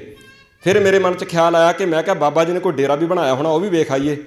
ਫਿਰ ਜਦੋਂ ਮੈਂ ਜਾ ਕੇ ਦੇਖਿਆ ਤਾਂ ਗੁਰਦੁਆਰਾ ਸਾਹਿਬ, ਜਿੱਦਾਂ ਕਈ ਵਾਰ ਆਪਾਂ ਕਹਿੰਦੇ ਨਾ ਵੀ ਅੱਜ ਸਾਡੇ ਗੁਰੂ ਘਰ ਪੱਕੇ ਹੋ ਗਏ, ਸਿੱਖੀ ਕੱਚੀ ਹੋ ਗਈ। ਅੱਗੇ ਗੁਰੂ ਘਰ ਕੱਚੇ ਹੁੰਦੇ ਸੀਗੇ ਤੇ ਸਿੱਖੀ ਪੱਕੀ ਹੁੰਦੀ ਸੀ। ਸੋ ਮਨ ਬਹੁਤ ਖੁਸ਼ ਹੋਇਆ ਉੱਥੇ ਜਾ ਕੇ। ਉੱਥੇ ਉਹਨਾਂ ਨੇ ਕੋਈ ਇਸ ਬੰਨੇ ਧਿਆਨ ਨਹੀਂ ਦਿੱਤਾ ਹੈਗਾ ਕਿ ਆਪਾਂ ਵੱਡਾ ਡੇਰਾ ਬਣਾ ਲਈਏ, ਪੱਥਰ ਲਾ ਲਈਏ, ਨਾ। ਉੱਥੇ ਜਾ ਕੇ ਇਹ ਪਤਾ ਲੱਗਾ ਕਿ ਸਾਨੂੰ ਜ਼ਰੂਰਤ ਕਿਸ ਗੱਲ ਦੀ ਹੈ, ਉੱਥੇ ਉਹ ਕੰਮ ਹੁੰਦਾ ਹੈਗਾ। ਸੋ ਬੜੀ ਖੁਸ਼ੀ ਹੁੰਦੀ ਹੈ। ਬਾਬਾ ਹਰਚਰਨ ਸਿੰਘ ਜੀ ਰਮਦਾਸਪੁਰ ਵਾਲੇ ਗੁਰੂ ਸਵਾਰਿਓ, ਦੀਪ ਸਿੱਧੂ ਹੋਰਾਂ ਦੀ ਅੰਤਮ ਅਰਦਾਸ ਫਤਿਹਗੜ੍ਹ ਸਾਹਿਬ ਦੀ ਉਸ ਪਾਵਨ ਪਵਿੱਤਰ ਧਰਤੀ 'ਤੇ ਹੋਈ ਜਿੱਥੇ ਛੋਟੇ ਸਾਹਿਬਜ਼ਾਦਿਆਂ ਨੂੰ ਸ਼ਹੀਦ ਕੀਤਾ ਗਿਆ ਸੀਗਾ, ਨੀਹਾਂ ਦੇ ਵਿੱਚ ਚਿਣ ਕੇ, ਤੇ ਬਾਅਦ ਵਿੱਚ ਉਹਨਾਂ ਨੂੰ ਜ਼ਿਬਾ ਕਰਕੇ ਸ਼ਹੀਦ ਕੀਤਾ ਗਿਆ ਸੀਗਾ। ਜਦੋਂ ਕਚਹਿਰੀ ਲੱਗਦੀ ਸੀ ਤਾਂ ਸਰਹੰਦ ਦੇ ਸੂਬੇ ਦੇ ਮੂਹਰੇ ਜਦੋਂ ਸਾਹਿਬਜ਼ਾਦਿਆਂ ਨੂੰ ਪੇਸ਼ ਕੀਤਾ ਜਾਂਦਾ ਸੀ ਤਾਂ ਸਾਹਿਬਜ਼ਾਦੇ ਡਟ ਕੇ ਤਣ ਕੇ ਖੜ੍ਹਦੇ ਸੀਗੇ ਮੂਹਰੇ। ਸਾਹਿਬਜ਼ਾਦਿਆਂ ਕੜਕ ਕੇ ਕਿਹਾ, ਸੂਬੇ ਪਰਬਤ ਦਾਬਿਆਂ ਨਾਲ ਨਹੀਂ ਹੱਲ ਜਾਂਦੇ, ਪੁੱਤਰ ਹੋਣ ਜਿਹੜੇ ਸ਼ੇਰ ਬੱਬਰਾਂ ਦੇ, ਉਹ ਕਦੀ ਭੇਡਾਂ ਦੇ ਵਿੱਚ ਨਹੀਂ ਰਲ ਜਾਂਦੇ। ਤੂੰ ਗੋਬਿੰਦ ਸਿੰਘ ਦੇ ਲਹੂ ਤੋਂ ਆਪਣੀ ਈਨ ਮਨਾਉਣੀ ਚਾਹੁੰਦਾ, ਕਿਆਮਤ ਤੱਕ ਨਾ ਪੂਰੀਆਂ ਹੋਵਣ ਤੇਰੀਆਂ ਨੀਚ ਮੁਰਾਦਾਂ ਖਾਨਾ। ਉਹਨਾਂ ਨੇ ਡਟ ਕੇ ਆਖਿਆ ਸੀਗਾ ਕਿ ਤੂੰ ਸਾਡੀ ਹੋਂਦ ਮਕਾਉਣੀ ਚਾਹੁੰਦਾ, ਪਰ ਕਿਆਮਤ ਤੱਕ ਤੇਰੀਆਂ ਇਹ ਨੀਚ ਮੁਰਾਦਾਂ ਪੂਰੀਆਂ ਨਹੀਂ ਹੋਣ ਦਿੱਤੀਆਂ ਜਾਣਗੀਆਂ। ਉਹਨਾਂ ਨੇ ਪੁੱਛਿਆ ਸੀ, ਜੇ ਤੁਹਾਨੂੰ ਛੱਡ ਦਈਏ ਫਿਰ ਕੀ ਕਰੋਗੇ? ਤੇ 7 ਤੇ 9 ਸਾਲ ਦੀ ਉਮਰ ਦੇ ਬੱਚਿਆਂ ਨੇ ਆਖਿਆ ਸੀਗਾ, ਬਾਬਿਆਂ ਨੇ ਆਖਿਆ ਸੀਗਾ, ਸਾਹਿਬਜ਼ਾਦਿਆਂ ਨੇ ਆਖਿਆ ਸੀਗਾ ਕਿ ਪਹਿਲਾਂ ਤਾਂ ਸਾਨੂੰ ਉਮੀਦ ਹੀ ਨਹੀਂ ਕਿ ਤੂੰ ਸਾਨੂੰ ਛੱਡ ਦੇਂ, ਪਰ ਜੇ ਤੂੰ ਸਾਨੂੰ ਛੱਡ ਦੇਂ ਜਾਂ ਕੋਈ ਇੱਦਾਂ ਦਾ ਸਬੱਬ ਬਣ ਜਾਏ ਤਾਂ ਅਸੀਂ ਜਿਹੜੇ ਬਚੇ ਖੁਚੇ ਸਿੰਘ ਨੇ ਸੰਘਰਸ਼ੀ, ਅਸੀਂ ਉਹਨਾਂ ਨੂੰ ਇਕੱਤਰ ਕਰਾਂਗੇ ਤੇ ਤੇਰੇ ਨਾਲ ਮੈਦਾਨੇ ਜੰਗ ਦੇ ਵਿੱਚ ਜੂਝਣ ਵਾਸਤੇ ਫਿਰ ਅਸੀਂ ਤਿਆਰ ਹੋ ਕੇ ਨਿਤਰਾਂਗੇ। ਔਰ ਉਹਨਾਂ ਚਿਰ ਅਸੀਂ ਸੰਘਰਸ਼ ਲੜਾਂਗੇ ਜਿੰਨਾ ਚਿਰ ਜਾਂ ਤੇ ਤੁਹਾਡੇ ਜ਼ੁਲਮ ਨਹੀਂ ਮੁੱਕ ਜਾਂਦੇ ਜਾਂ ਫਿਰ ਸਾਡੇ ਸਾਹ ਨਹੀਂ ਮੁੱਕ ਜਾਂਦੇ। ਅਸੀਂ ਆਖਰੀ ਦਮ ਤੱਕ ਲੜਦੇ ਰਹਾਂਗੇ। ਸੋ ਅਸੀਂ ਉਹਨਾਂ ਦੇ ਵਾਰਸ ਹਾਂ ਜਿਨ੍ਹਾਂ ਦੇ ਆਪਾਂ ਦਿਹਾੜੇ ਮਨਾਉਂਦੇ ਹਾਂ। ਕੇਵਲ ਦਿਹਾੜੇ ਮਨਾਉਣ ਤੱਕ ਸੀਮਤ ਨਾ ਰਹੀਏ, ਆਪਾਂ ਪ੍ਰੈਕਟੀਕਲ ਉਹਨਾਂ ਵੱਲੋਂ ਪਾਏ ਹੋਏ ਪੂਰਨਿਆਂ ਦੇ ਉੱਪਰ ਚੱਲਣ ਦੀ ਮਾੜੇ ਮੋਟੇ ਯਤਨ ਤਾਂ ਕਰੀਏ, ਤਾਂ ਸਾਡੀ ਹੋਂਦ ਬਚਣੀ ਹੈ। ਸਤਿਗੁਰੂ ਜੀ ਸਾਡੇ 'ਤੇ ਜ਼ਰੂਰ ਕਿਰਪਾ ਕਰਨਗੇ। ਆ ਤੁਸੀਂ ਵੇਖੋ, ਬੰਦੀ ਸਿੰਘ 30 32 ਸਾਲ ਹੋ ਗਏ ਕਿ ਨਹੀਂ ਜੇਲ੍ਹਾਂ ਦੀਆਂ 4 ਦੀਵਾਰੀਆਂ ਦੇ ਅੰਦਰ ਬੰਦ। ਇੱਕ ਕੰਪੈਰੀਜ਼ਨ ਕਰਕੇ ਵੇਖਿਓ, ਅਗਲੇ ਬਰਾਲੇ ਬੋਲਣਾ ਥੋੜ੍ਹਾ ਹੀ ਸਮਾਂ ਹੋਰ ਤੁਹਾਡਾ ਲੈਣਾ, ਆਪਾਂ ਕੰਪੈਰੀਜ਼ਨ ਕਰਕੇ ਵੇਖਿਓ। ਅਸੀਂ ਕਈ ਵਾਰ ਰਾਤ ਨੂੰ ਸੌਂਦੇ ਹਾਂ, ਸਵੇਰ ਨੂੰ ਉੱਠਦੇ ਹਾਂ, ਘਰ ਦੇ ਵਿੱਚ ਰਹਿੰਦੇ ਹਾਂ, ਕੰਮਕਾਰ ਕਰਦੇ ਹਾਂ, ਸਾਰੀਆਂ ਸੁੱਖ ਸਹੂਲਤਾਂ, ਮਾੜੀ ਗੱਲ 'ਤੇ ਨਾ ਕਈ ਵਾਰ ਸਾਡਾ ਮੂੰਹ ਲਟਕਿਆ ਹੁੰਦਾ ਆ। ਔਰ ਜਿਨ੍ਹਾਂ ਨੂੰ 27 ਵਰ੍ਹੇ ਹੋ ਗਏ ਜੇਲ੍ਹਾਂ ਦੇ ਵਿੱਚ, ਜਦੋਂ ਉਹਨਾਂ ਨੂੰ ਜੇਲ੍ਹਾਂ ਤੋਂ ਕਈ ਵਾਰ ਤਰੀਕਾਂ 'ਤੇ ਲੈ ਕੇ ਆਉਂਦੇ ਆ ਨਾ, ਜਦੋਂ ਤੁਸੀਂ ਦੇਖੋ ਦਗ ਕਰਦੇ ਚਿਹਰੇ। ਔਰ ਫਿਰ ਕਈ ਵਾਰ ਸਾਡੇ ਮੂੰਹ 'ਚੋਂ ਨਿਕਲਦਾ ਕਿ ਉਹਨਾਂ ਨੇ ਜਵਾਨੀਆਂ ਗਾਲ ਦਿੱਤੀਆਂ ਜੇਲ੍ਹਾਂ ਦੇ ਵਿੱਚ। ਮੈਂ ਇੱਕ ਵਾਰ ਸੋਚਦਾ ਹੁੰਦਾ ਕਿ ਜਵਾਨੀਆਂ ਤਾਂ ਸਾਡੀਆਂ ਗਲ ਰਹੀਆਂ ਨੇ ਬਾਹਰ, ਐਸ਼ ਬੜੀ ਵਧੀਆ ਜ਼ਿੰਦਗੀ ਬਤੀਤ ਕਰ ਰਹੇ ਆ, ਸਾਡੇ ਚਿਹਰੇ ਲਟਕੇ ਹੁੰਦੇ ਆ। ਉਹ ਜੇਲ੍ਹਾਂ ਦੀਆਂ ਕਾਲ ਕੋਠੜੀਆਂ ਦੇ ਅੰਦਰ ਰਹਿ ਕੇ ਵੀ ਉਹਨਾਂ ਦੇ ਚਿਹਰੇ ਦਗ ਕਰਦੇ ਨੇ। ਇਟ ਮੀਨ ਉਹਨਾਂ ਨੇ ਆਪਣੀਆਂ ਜਵਾਨੀਆਂ ਸਫਲ ਕਰ ਲਈਆਂ, ਉਹਨਾਂ ਦੀਆਂ ਜਵਾਨੀਆਂ ਲੇਖੇ ਲੱਗ ਗਈਆਂ, ਭਾਈ ਹਰਜਿੰਦਰ ਸਿੰਘ ਜਿੰਦਾ ਤੇ ਸ਼ਹੀਦ ਭਾਈ ਸੁਖਦੇਵ ਸਿੰਘ ਸੁੱਖਾ। ਤੁਹਾਨੂੰ ਸ਼ਾਇਦ ਪਤਾ ਹੋਊਗਾ ਜਾਂ ਸ਼ਾਇਦ ਕਿਸੇ ਨੂੰ ਨਾ ਪਤਾ ਹੋਵੇ, ਉਹਨਾਂ ਨੂੰ ਸੈਸ਼ਨ ਕੋਰਟ ਨੇ ਫਾਂਸੀ ਦੀ ਸਜ਼ਾ ਸੁਣਾਈ ਸੀਗੀ। 1992 ਦੇ ਵਿੱਚ ਉਹਨਾਂ ਨੂੰ ਫਾਂਸੀ ਹੋਈ ਸੀਗੀ ਔਰ ਸੈਸ਼ਨ ਕੋਰਟ ਨੇ ਸਜ਼ਾ ਸੁਣਾਈ। ਹਾਈ ਕੋਰਟ ਦੇ ਵਿੱਚ ਫਾਂਸੀ ਦੀ ਸਜ਼ਾ ਦੇ ਖਿਲਾਫ ਅਪੀਲ ਕੀਤੀ ਜਾ ਸਕਦੀ ਹੁੰਦੀ ਹੈ, ਪਰ ਉਸ ਤੋਂ ਬਾਅਦ ਸੁਪਰੀਮ ਕੋਰਟ ਪਈ ਹੁੰਦੀ ਆ। ਜੇ ਹਾਈ ਕੋਰਟ ਵੀ ਸਜ਼ਾ ਬਹਾਲ ਰੱਖੇ ਕਿ ਨਹੀਂ ਬਈ ਕੋਈ ਸਜ਼ਾ 'ਚ ਮਾਫੀ ਨਹੀਂ, ਫਿਰ ਸੁਪਰੀਮ ਕੋਰਟ 'ਚ ਅਪੀਲ ਕਰ ਸਕਦੇ ਆ। ਸੁਪਰੀਮ ਕੋਰਟ ਤੋਂ ਬਾਅਦ ਫਿਰ ਰਾਸ਼ਟਰਪਤੀ ਦੇ ਕੋਲ ਅਪੀਲ ਕੀਤੀ ਜਾ ਸਕਦੀ ਹੁੰਦੀ ਹੈ ਔਰ ਇੱਦਾਂ 20-22 ਵਰ੍ਹੇ ਲੰਘ ਸਕਦੇ ਹੁੰਦੇ ਆ ਇੱਦਾਂ। ਪਰ ਜੇ ਕਿਸੇ ਨੂੰ ਨਹੀਂ ਪਤਾ ਤਾਂ ਮੈਂ ਦੱਸਣਾ ਚਾਹੁੰਦਾ, ਜਿਹਨਾਂ ਨੂੰ ਪਤਾ ਹੈ ਉਹਨਾਂ ਨੂੰ ਪਤਾ ਹੈ। ਉਹਨਾਂ ਨੇ ਅਪੀਲ ਹੀ ਨਹੀਂ ਸੀ ਕੀਤੀ। ਉਹਨਾਂ ਨੇ ਉਹ ਕਹਿੰਦੇ ਅਸੀਂ ਫਾਂਸੀ ਤੇ ਚੜ੍ਹਨ ਨੂੰ ਤਿਆਰ ਹਾਂ। ਤੁਸੀਂ ਸੋਚ ਕੇ ਵੇਖੋ, ਇੱਕ ਬੰਨੇ ਜ਼ਿੰਦਗੀ ਜਿਉਣ ਦਾ ਰਾਹ ਖੁੱਲ੍ਹਾ, ਇੱਕ ਪਾਸੇ ਸਜ਼ਾਏ ਮੌਤ। ਉਹਨਾਂ ਨੇ ਫਾਂਸੀ ਦਾ ਰੱਸਾ ਆਪਣੇ ਗਲ ਵਿੱਚ ਪਾਉਣਾ ਕਬੂਲ ਕਰ ਲਿਆ ਸੀਗਾ। ਕਾਹਦੇ ਵਾਸਤੇ ਭਲਾ? ਇਹ ਸਰਚ ਕਰੋ, ਸਾਰੇ ਜਣੇ ਸਰਚ ਕਰਿਆ ਕਰੀਏ। ਸਾਰੀਆਂ ਗੱਲਾਂ ਆਪਾਂ ਨਹੀਂ ਦੱਸ ਕੇ ਜਾਣੀਆਂ, ਸਰਚ ਕਰਿਆ ਕਰੋ ਘਰੇ ਬਹਿ ਕੇ ਜ਼ਰੂਰ। ਗੂਗਲ 'ਤੇ ਫੇਸਬੁੱਕ 'ਤੇ ਆਪਾਂ ਬਹੁਤ ਕੁਝ ਸਰਚ ਕਰਦੇ ਹਾਂ। ਬੀਬੀਆਂ ਵੀ ਸਾਡੀਆਂ ਸਬਜ਼ੀ ਕਿੱਦਾਂ ਬਣਾਉਣੀ ਆ, ਹਾਂਜੀ ਪਕੌੜੇ ਕਿੱਦਾਂ ਬਣਾਉਣੇ ਆ, ਸਰਚ ਕਰਦੇ ਆ ਨਾ YouTube 'ਤੇ ਜਾ ਕੇ। ਆਹ ਵੀ ਸਰਚ ਕਰਿਓ। ਸਾਨੂੰ ਪਤਾ ਸਾਡੇ ਨਾਲ ਸੰਬੰਧਿਤ ਗੱਲਾਂ ਆ ਸਾਰੀਆਂ ਵੀ ਉਹਨਾਂ ਨੇ ਉੱਪਰਲੀ ਕੋਰਟ ਵਿੱਚ ਅਪੀਲ ਕਿਉਂ ਨਹੀਂ ਸੀ ਕੀਤੀ ਭਲਾ? ਉਹਨਾਂ ਦਾ ਮਕਸਦ ਕੀ ਸੀਗਾ? ਉਹਨਾਂ ਦੀਆਂ ਜੇਲ੍ਹ ਚਿੱਠੀਆਂ ਪੜ੍ਹ ਕੇ ਵੇਖਿਓ ਕਦੀ। ਸੋ ਸਾਨੂੰ ਪਤਾ ਲੱਗੂਗਾ। ਸਾਡੇ ਕੋਲ ਸੂਰਬੀਰ ਬਹਾਦਰ ਯੋਧੇ ਅੱਜ ਵੀ ਹੈਗੇ ਆ, ਅੱਜ ਵੀ ਹੈਗੇ ਆ, ਤੁਹਾਡੇ ਵਿੱਚ ਹੀ ਹੈਗੇ ਆ। ਪਤਾ ਨਹੀਂ ਵਾਹਿਗੁਰੂ ਨੇ ਕਿਤੇ ਕਿਰਪਾ ਕਰ ਦੇਣੀ। ਕਦੀ ਸੋਚਿਆ ਸੀ ਕਿਸੇ ਨੇ ਦੀਪ ਸਿੱਧੂ ਵੀ ਆਊਗਾ? ਪਤਾ ਹੀ ਨਹੀਂ ਲੱਗਾ। ਅਕਾਲ ਪੁਰਖ ਵਾਹਿਗੁਰੂ ਨੇ ਕਿਰਪਾ ਕੀਤੀ, ਸਾਡੇ ਵਿੱਚ ਲਿਆਣ ਕੇ ਖੜਾ ਕਰਤਾ। ਔਰ ਕਿੰਨੇ ਵਧੀਆ ਤਰੀਕੇ ਦੇ ਨਾਲ ਉਹ ਹਾਲਾਤਾਂ ਨੂੰ ਸਮਝਦਾ ਸੀ, ਫਿਰ ਉਹਨੂੰ ਸਮਝਾਉਣਾ ਆਉਂਦਾ ਸੀਗਾ ਵੀ ਦੂਜੇ ਨੂੰ ਸਮਝਾਉਣਾ ਕਿੱਦਾਂ ਆ। ਫਿਰ ਮੇਰੇ ਵਰਗਾ ਤਾਂ ਕਈ ਵਾਰੀ ਬੋਲਦਾ ਨਾ ਤੇ ਸੁਣਨ ਵਾਲੇ ਕਹਿੰਦੇ ਯਾਰ ਚੁੱਪ ਕਰ, ਹੁਣ ਬੋਲੀ ਜਾਂਦਾ। ਪਰ ਜਦੋਂ ਦੀਪ ਸਿੱਧੂ ਬੋਲਦਾ ਸੀਗਾ ਉਦੋਂ ਨਹੀਂ ਸੀ ਇੱਦਾਂ। ਉਦੋਂ ਬੰਦਾ ਘੜੀ ਦੇਖਦਾ ਸੀਗਾ ਵੀ ਇਹਨੂੰ 45 ਮਿੰਟ ਦਾ ਟਾਈਮ ਮਿਲਿਆ, ਕਿਤੇ 45 ਮਿੰਟ ਹੋ ਤਾਂ ਨਹੀਂ ਚੱਲੇ। ਮਤਲਬ ਇੱਕ ਕਸ਼ੀ ਸੀਗੀ, ਬੰਦਾ ਸੋਚਦਾ ਸੀ ਵੀ ਬੋਲੀ ਜਾਵੇ ਬੋਲੀ ਜਾਵੇ। ਸੋ ਉਹਨੂੰ ਸਮਝਾਉਣਾ ਆਉਂਦਾ ਸੀਗਾ। ਕੱਲ ਇੱਥੇ ਹੁਸ਼ਿਆਰਪੁਰ ਮਿੰਨੀ ਸੈਕਟਰੀਏਟ ਸਾਡੇ ਕਿਸਾਨ ਆਗੂ ਹੈਗੇ ਨੇ ਇੱਕ ਹਰਪਾਲ ਸਿੰਘ ਸੰਘਾ। ਉਹਨਾਂ ਨੇ ਪਹਿਲਾਂ ਤੇ ਆਪਣੇ ਪਿੰਡਾਂ ਦੇ ਵਿੱਚ ਪ੍ਰੋਗਰਾਮ ਦਿੱਤਾ ਸੀਗਾ ਕਿ ਕੇਂਦਰ ਦੀ ਸਰਕਾਰ ਮੋਦੀ ਹੁਣਾਂ ਦੇ ਪੁਤਲੇ ਫੂਕਣੇ ਆ। ਪੁਤਲੇ ਫੂਕਣ ਤੋਂ ਬਾਅਦ ਫਿਰ ਉਹਨਾਂ ਨੇ ਇੱਕ ਮੰਗ ਪੱਤਰ ਜਿਹਾ ਦੇਣ ਆਉਣਾ ਸੀਗਾ ਉੱਥੇ ਸੈਕਟਰੀਏਟ DC ਦੇ।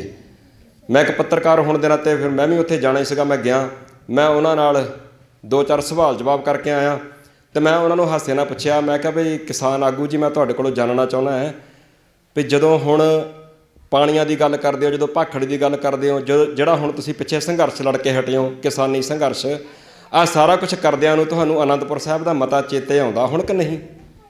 ਫਿਰ ਉਹ ਥੋੜ੍ਹੇ ਜਿਹੇ ਮੁਸਕਰਾ ਜਿਹਾ ਪਏ ਮਾੜਾ ਜਿਹਾ। ਮਤਲਬ ਜੇ ਉਸ ਵੇਲੇ ਤੁਸੀਂ ਉਹ ਸਾਰੇ ਕਾਸੇ ਦਾ ਸਾਥ ਦਿੱਤਾ ਹੁੰਦਾ, ਉਸ ਵੇਲੇ ਸੰਤ ਜਰਨੈਲ ਸਿੰਘ ਖਾਲਸਾ ਭਿੰਡਰਾਂ ਵਾਲਿਆਂ ਦਾ ਸਾਥ ਦਿੱਤਾ ਹੁੰਦਾ, ਜੇ ਉਸ ਵੇਲੇ ਉਹਨਾਂ ਦੇ ਵਿਰੁੱਧ ਖੜ ਕੇ ਤੇ ਸਮੇਂ ਦੀਆਂ ਹਕੂਮਤਾਂ ਦਾ ਸਾਥ ਨਾ ਦਿੱਤਾ ਹੁੰਦਾ, ਤਾਂ ਫਿਰ ਅੱਜ ਹਾਲਾਤ ਕੁਛ ਵੱਖਰੀ ਤਰ੍ਹਾਂ ਦੇ ਹੁੰਦੇ।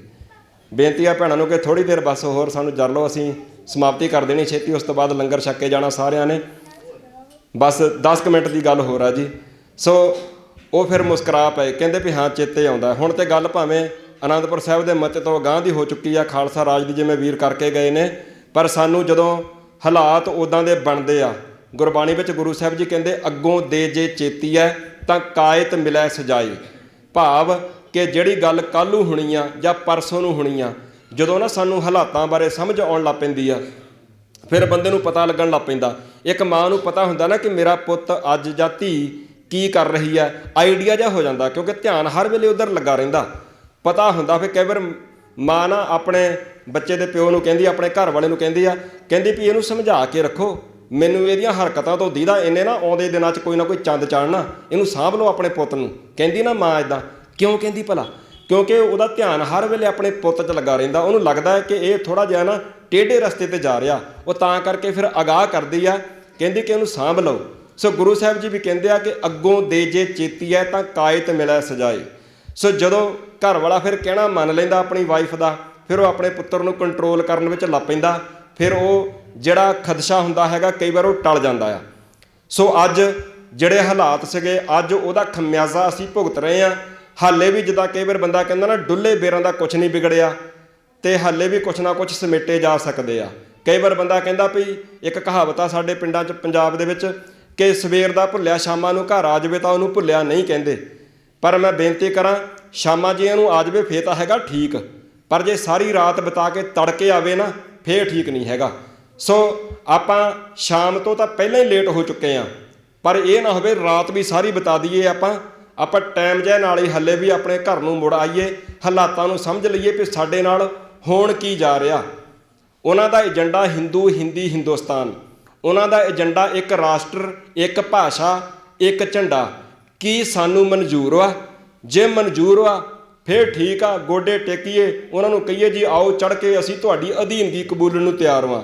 ਪਰ ਜੇ ਸਮਝਦੇ ਆ ਕਿ ਸਾਹਿਬਜ਼ਾਦਿਆਂ ਦੇ ਵਾਰਸ ਵਾਂ, ਫਿਰ ਉਹਨਾਂ ਨੇ ਨਹੀਂ ਸਾਨੂੰ ਆਖਿਆ, ਉਹਨਾਂ ਨੇ ਧੌਣ ਉੱਚੀ ਕਰਕੇ ਜਿਉਣਾ ਸਿਖਾਇਆ। ਆਪਣੀ ਬੋਲੀ ਛੱਡ ਦੂੰਗੇ, ਸਾਡਾ ਖਾਲਸਾ ਹੀ ਨਿਸ਼ਾਨ ਛੱਡ ਦੂੰਗੇ, ਆਪਣੀ ਧਰਤੀ ਛੱਡ ਦੂੰਗੇ, ਨਹੀਂ ਛੱਡ ਸਕਦੇ। ਕੱਲ੍ਹ ਸਵੇਰੇ 9 ਵਜੇ ਅੱਖਾਂ ਦਾ ਕੈਂਪ ਲੱਗਣਾ, ਅਤੇ ਜ਼ਰੂਰ ਜੇ ਕਿਸੇ ਨੂੰ ਜ਼ਰੂਰਤ ਹੋਵੇ ਤਾਂ ਇੱਥੇ ਹਾਜ਼ਰੀ ਭਰ ਸਕਦੇ ਹੋ। ਅਤੇ ਮੇਰੇ ਮਨ 'ਚ ਖਿਆਲ ਆ ਰਿਹਾ ਸੀਗਾ, ਮੈਂ ਕਿਹਾ ਵੀ ਉਹ ਜਿਹੜਾ ਅੱਖਾਂ ਦਾ ਕੈਂਪ ਲੱਗਣਾ ਨਾ, ਸਾਡੀਆਂ ਅੱਖਾਂ ਠੀਕ ਹੋ ਕੇ ਕੁਛ ਇੱਦਾਂ ਦੀਆਂ ਹੋ ਜਾਣ ਕਿ ਅਸੀਂ ਸਹੀ ਅਤੇ ਮਾੜੇ ਦੀ ਪਹਿਚਾਣ ਕਰ ਸਕੀਏ। ਇੱਦਾਂ ਦਾ ਵੀ ਕੋਈ ਕੈਂਪ ਲੱਗੇ। ਗੁਰੂ ਸਾਹਿਬ ਲਾਉਂਦੇ ਰੋਜ਼ ਸਵੇਰੇ ਸ਼ਾਮ ਲੱਗਦਾ ਕੈਂਪ, ਸਾਨੂੰ ਸਮਝਾਉਂਦੇ ਗੁਰੂ ਸਾਹਿਬ ਜੀ ਸਾਡੀ ਇੱਦਾਂ ਦੀ ਅੱਖ ਬਣ ਜਾਵੇ ਕਿ ਅਸੀਂ ਹਾਲਾਤਾਂ ਨੂੰ ਵੇਖ ਕੇ ਸਮਝ ਲਿਆ ਕਰੀਏ ਵੀ ਕਿੱਦਾਂ ਦੇ ਹਾਲਾਤ ਹੋ ਰਹੇ ਨੇ ਔਰ ਆਉਂਦੇ ਸਮੇਂ 'ਚ ਕੀ ਹੋਣ ਜਾ ਰਿਹਾ। ਸੋ ਚਲੋ ਅੱਖਾਂ ਦਾ ਕੈਂਪ ਲੱਗਣਾ ਅਤੇ ਉੱਥੇ ਵੀ ਜ਼ਰੂਰ ਹਾਜ਼ਰੀ ਭਰਿਓ। 5 ਮਾਰਚ ਅੱਜ ਦੇ ਦਿਨ ਸੰਨ 1993 ਨੂੰ ਸ਼ਹੀਦ ਭਾਈ ਰਮਿੰਦਰਜੀਤ ਸਿੰਘ ਟਹਿਣੀ ਅਤੇ ਉਹਨਾਂ ਦੀ ਸਿੰਘਣੀ, ਉਹਨਾਂ ਦਾ ਪੁਲਿਸ ਦੇ ਨਾਲ ਮੁਕਾਬਲਾ ਹੋਇਆ ਸੀਗਾ, ਅਸਲ ਪੁਲਿਸ ਮੁਕਾਬਲਾ। ਬਹੁਤ ਸਾਰੇ ਫੇਕ ਐਨਕਾਊਂਟਰ ਪੰਜਾਬ ਦੀ ਧਰਤੀ 'ਤੇ ਹੋਏ ਨੇ, ਤੁਹਾਡੇ ਵਿੱਚੋਂ ਬਹੁਤਿਆਂ ਨੂੰ ਪਤਾ ਹੋਊਗਾ। ਔਰ ਜਿਹੜੇ ਫੇਕ ਐਨਕਾਊਂਟਰ ਸੀਗੇ ਉਹਨੂੰ ਕਹਿੰਦੇ ਝੂਠਾ ਪੁਲਿਸ ਮੁਕਾਬਲਾ, ਭਾਵ ਕਿ ਘਰੋਂ ਨੌਜਵਾਨ ਨੂੰ ਚੁੱਕਿਆ ਅਤੇ ਬਾਹਰ ਕਿਧਰੇ ਲਿਜਾ ਕੇ ਉਹਦਾ ਮੁਕਾਬਲਾ ਸ਼ੋਅ ਕਰ ਦਿੱਤਾ ਮੀਡੀਆ ਦੇ ਮੂਹਰੇ ਅਤੇ ਅਖਬਾਰਾਂ ਦੇ ਮੂਹਰੇ। ਹੋਇਆ ਨਹੀਂ ਹੁੰਦਾ। ਪਰ ਜਿੱਥੇ ਜਿੱਥੇ ਅਸਲ ਮੁਕਾਬਲੇ ਹੋਏ ਨੇ ਨਾ, ਉਹ ਕਿਤੇ ਪੜ੍ਹ ਕੇ ਵੇਖਿਓ, ਕੱਲੇ ਕੱਲੇ ਸਿੰਘ ਨੇ ਕਈ ਘੰਟੇ ਲਾਗੇ ਨਹੀਂ ਲੱਗਣ ਦਿੱਤਾ। ਸੋ ਸ਼ਹੀਦ ਭਾਈ ਰਮਿੰਦਰਜੀਤ ਸਿੰਘ ਟਹਿਣੀ ਅਤੇ ਉਹਨਾਂ ਦੀ ਸਿੰਘਣੀ ਬੱਸ ਦੇ ਵਿੱਚ ਸਵਾਰ ਸੀਗੇ। ਅੱਜ ਜਲੰਧਰ ਸ਼ਹਿਰ ਦੇ ਵਿੱਚ ਉਹਨਾਂ ਦਾ ਜਿੱਥੇ ਘਰ ਹੈਗਾ, ਉਹਨਾਂ ਦੇ ਮਹੱਲੇ ਵਿੱਚ ਅਸੀਂ ਉੱਥੇ ਨਹੀਂ ਗਏ, ਅੱਜ ਇੱਧਰ ਆ ਗਏ ਤੁਹਾਡੇ ਵੱਲੇ। ਸੋ ਉੱਥੇ ਹਰੇਕ ਸਾਲ ਸਮਾਗਮ ਹੁੰਦਾ ਹੈਗਾ ਉਹਨਾਂ ਦੀ ਯਾਦ ਦੇ ਵਿੱਚ। ਬੱਸ ਦੇ ਵਿੱਚ ਸਵਾਰ ਸੀਗੇ, ਅਸਲਾ ਵੀ ਉਹਨਾਂ ਦੇ ਕੋਲ ਸੀਗਾ, ਉਹਨਾਂ ਦੀ ਸਿੰਘਣੀ ਨੇ ਵੀ ਨਾਲ ਬਰਾਬਰ ਮੁਕਾਬਲਾ ਕੀਤਾ ਔਰ ਉੱਥੇ ਉਹ ਸ਼ਹੀਦ ਹੋ ਗਏ ਸੀਗੇ। ਪੁਲਿਸ ਨੇ ਬੱਸ ਖਾਲੀ ਕਰਵਾ ਲਈ, ਪਰ ਉਹ ਬੱਸ ਦੇ ਵਿੱਚ ਪੁਲਿਸ ਦੇ ਨਾਲ ਮੁਕਾਬਲਾ ਕਰਦੇ ਰਹੇ। ਲੰਬਾ ਸਮਾਂ ਮੁਕਾਬਲਾ ਚੱਲਿਆ ਔਰ ਅੱਜ ਦੇ ਦਿਨ 5 ਮਾਰਚ ਸੰਨ 1993 ਨੂੰ ਉਹ ਦੋਨੋਂ ਹੀ ਜਣੇ ਸ਼ਹੀਦ ਹੋ ਗਏ ਸੀਗੇ। ਉਦੋਂ ਤੋਂ ਲੈ ਕੇ ਅੱਜ ਤੱਕ ਉਹਨਾਂ ਦੀ ਯਾਦ ਦੇ ਵਿੱਚ ਉੱਥੇ ਸਮਾਗਮ ਹੁੰਦਾ। ਸੋ ਕੋਈ ਦਿਨ ਇੱਦਾਂ ਦਾ ਬਾਕੀ ਹੈ ਹੀ ਨਹੀਂ ਆ ਜਿੱਦਣ ਸਾਡੇ ਕੋਈ ਸ਼ਹੀਦ ਨਹੀਂ ਹੋਇਆ ਹੈਗਾ। ਰੋਜ਼ ਹੀ ਸਾਡੇ ਸਮਾਗਮ ਨੇ, ਆਹੀ ਸਾਡੇ ਸਮਾਗਮ ਹੈ। ਸੋ ਉਹ ਸਮੇਂ ਚੇਤੇ ਕਰੋ, ਉਹਨਾਂ ਸਮਿਆਂ ਦੇ ਵਿੱਚ ਪੰਜਾਬ ਦੀ ਕੋਈ ਇੱਦਾਂ ਦੀ ਨਹਿਰ ਨਹੀਂ ਸੀ ਬਚੀ ਜਿਸ ਨਹਿਰ ਦੇ ਪਾਣੀ ਨੇ ਸਿੱਖਾਂ ਦੇ ਲਹੂ ਦਾ ਸਵਾਦ ਨਾ ਚੱਖਿਆ ਹੋਵੇ। ਆਹ ਸਾਰਾ ਕੁਝ ਅਸੀਂ ਹੰਢਾਇਆ ਹੋਇਆ। ਸੋ ਦੀਪ ਸਿੱਧੂ ਦੀ ਯਾਦ ਦੇ ਵਿੱਚ ਅੱਜ ਸਮਾਗਮ ਹੋਇਆ। ਆਪਾਂ ਉਮੀਦ ਕਰਦੇ ਹਾਂ ਕਿ ਜਿਵੇਂ ਭਾਈ ਸਾਹਿਬ ਨੇ ਆਖਿਆ ਕਿ ਦੀਪ ਸਿੱਧੂ ਮੁੜ ਆ ਜਾਵੇ ਔਰ ਆਪਾਂ ਆਸ ਕਰਦੇ ਹਾਂ ਕਿ ਦੀਪ ਸਿੱਧੂ ਆਪ, ਭਾਵੇਂ ਸਾਨੂੰ ਲੱਗਦਾ ਕਿ ਸਰੀਰਕ ਤੌਰ 'ਤੇ ਬੁੱਝ ਗਿਆ, ਪਰ ਮੈਨੂੰ ਲੱਗਦਾ ਕਿ ਦੀਪ ਸਿੱਧੂ ਦੇ ਬੋਲੇ ਹੋਏ ਅਲਫਾਜ਼ ਪੰਜਾਬ ਦੀ ਇਸ ਆਬੋ ਹਵਾ ਦੇ ਵਿੱਚ ਅੱਜ ਵੀ ਗੂੰਜ ਰਹੇ ਨੇ। ਤੁਸੀਂ ਸੋਸ਼ਲ ਮੀਡੀਆ 'ਤੇ ਜਾਓ, ਤੁਸੀਂ ਇੰਟਰਨੈਟ ਦਾ ਸਦਉਪਯੋਗ ਕਰੋ, ਤੁਸੀਂ ਉਹਨਾਂ ਲਫ਼ਜ਼ਾਂ ਨੂੰ ਅੱਜ ਵੀ ਸੁਣ ਸਕਦੇ ਹੋ। ਸਾਡੇ ਪੰਜਾਬ ਦੀ ਇਸ ਆਬੋ ਹਵਾ ਦੇ ਵਿੱਚ ਦੀਪ ਸਿੱਧੂ ਦੇ ਬੋਲੇ ਹੋਏ ਅਲਫਾਜ਼ ਅੱਜ ਵੀ ਗੂੰਜ ਰਹੇ ਨੇ। ਸੋ ਆਪਾਂ ਲਾਹਾ ਲਈਏ, ਆਪਾਂ ਸਮਝੀਏ ਕਿ ਦੀਪ ਸਿੱਧੂ ਦੀ ਸੋਚ ਕੀ ਸੀ। ਸੋ ਸਮਾਗਮ ਹੋਇਆ, ਸਭ ਕੁਝ ਹੋਇਆ, ਕੜਾਹ ਪ੍ਰਸ਼ਾਦੀ ਦੇਗ ਵਰਤਣ ਲੱਗੀ ਹੈ। ਉਸ ਤੋਂ ਬਾਅਦ ਗੁਰੂ ਕੇ ਲੰਗਰ ਸਾਰਿਆਂ ਨੇ ਛਕ ਕੇ ਜਾਣ ਦੀ ਕਿਰਪਾਲਤਾ ਕਰਨੀ। ਦੀਪ ਸਿੱਧੂ ਤੇਰੀ ਸੋਚ ਤੇ ਪਹਿਰਾ ਦਿਆਂਗੇ ਠੋਕ ਕੇ, ਆਹ ਨਾਰਾ ਬਾਅਦ ਵਿੱਚ ਲਾਈਏ, ਪਹਿਲਾਂ ਸੋਚ ਸਮਝ ਲਈਏ, ਫਿਰ ਪਤਾ ਲੱਗੇ ਲਾ ਵੀ ਸੋਚ ਤੇ ਪਹਿਰਾ ਦੇ ਵੀ ਸਕਦੇ ਹਾਂ ਕਿ ਨਹੀਂ। ਉਹੀ ਨਾ ਕਿਤੇ ਨਾਰੇ ਲਾਈ ਜਾਈਏ, ਬਾਅਦ 'ਚ ਪਤਾ ਲੱਗੇ ਕਿ ਸੋਚ ਤਾਂ ਇੱਦਾਂ ਦੀ ਸੀਗੀ ਵੀ ਨਹੀਂ ਸਾਡੇ ਕੋਲ ਪਹਿਰਾ ਨਹੀਂ ਦਿੱਤਾ ਜਾਣਾ। ਸੋ ਸੋਚ ਨੂੰ ਜ਼ਰੂਰ ਸਮਝੀਏ, ਅਸੀਂ ਦੇ ਸਕਦੇ ਹਾਂ ਪਹਿਰਾ। ਦੀਪ ਸਿੱਧੂ ਦੀਪ ਬੁੱਝ ਕੇ ਸਰੀਰਕ ਰੂਪ ਦੇ ਵਿੱਚ ਲੱਖਾਂ ਦੀਵੇ ਜਗਾ ਕੇ ਗਿਆ। ਜਿੱਦਣ ਸੰਸਕਾਰ ਹੋਇਆ ਉਦਣ ਦੇਖਣ ਵਾਲਾ ਸੀਗਾ ਮਾਹੌਲ। ਉੱਥੇ ਨੌਜਵਾਨ ਮੁੰਡੇ ਕੁੜੀਆਂ ਅੱਖਾਂ ਦੇ ਵਿੱਚੋਂ ਪਰਲ ਹੰਝੂ ਵਗਦੇ ਸੀਗੇ, ਪਰ ਨਾਲ ਜੋਸ਼ ਔਰ ਉਤਸ਼ਾਹ ਦੇ ਵਿੱਚ ਨਾਰੇ ਲਾ ਰਹੇ ਸੀਗੇ, ਜੈਕਾਰੇ ਗੂੰਜ ਰਹੇ ਸੀਗੇ। ਫਤਿਹਗੜ੍ਹ ਸਾਹਿਬ ਦੀ ਧਰਤੀ ਦੇ ਉੱਪਰ ਵੀ ਆਹੀ ਮੰਜ਼ਰ ਸੀਗਾ। ਮੈਂ ਸਾਰੀ ਕਵਰੇਜ ਕਰਕੇ ਆਇਆ।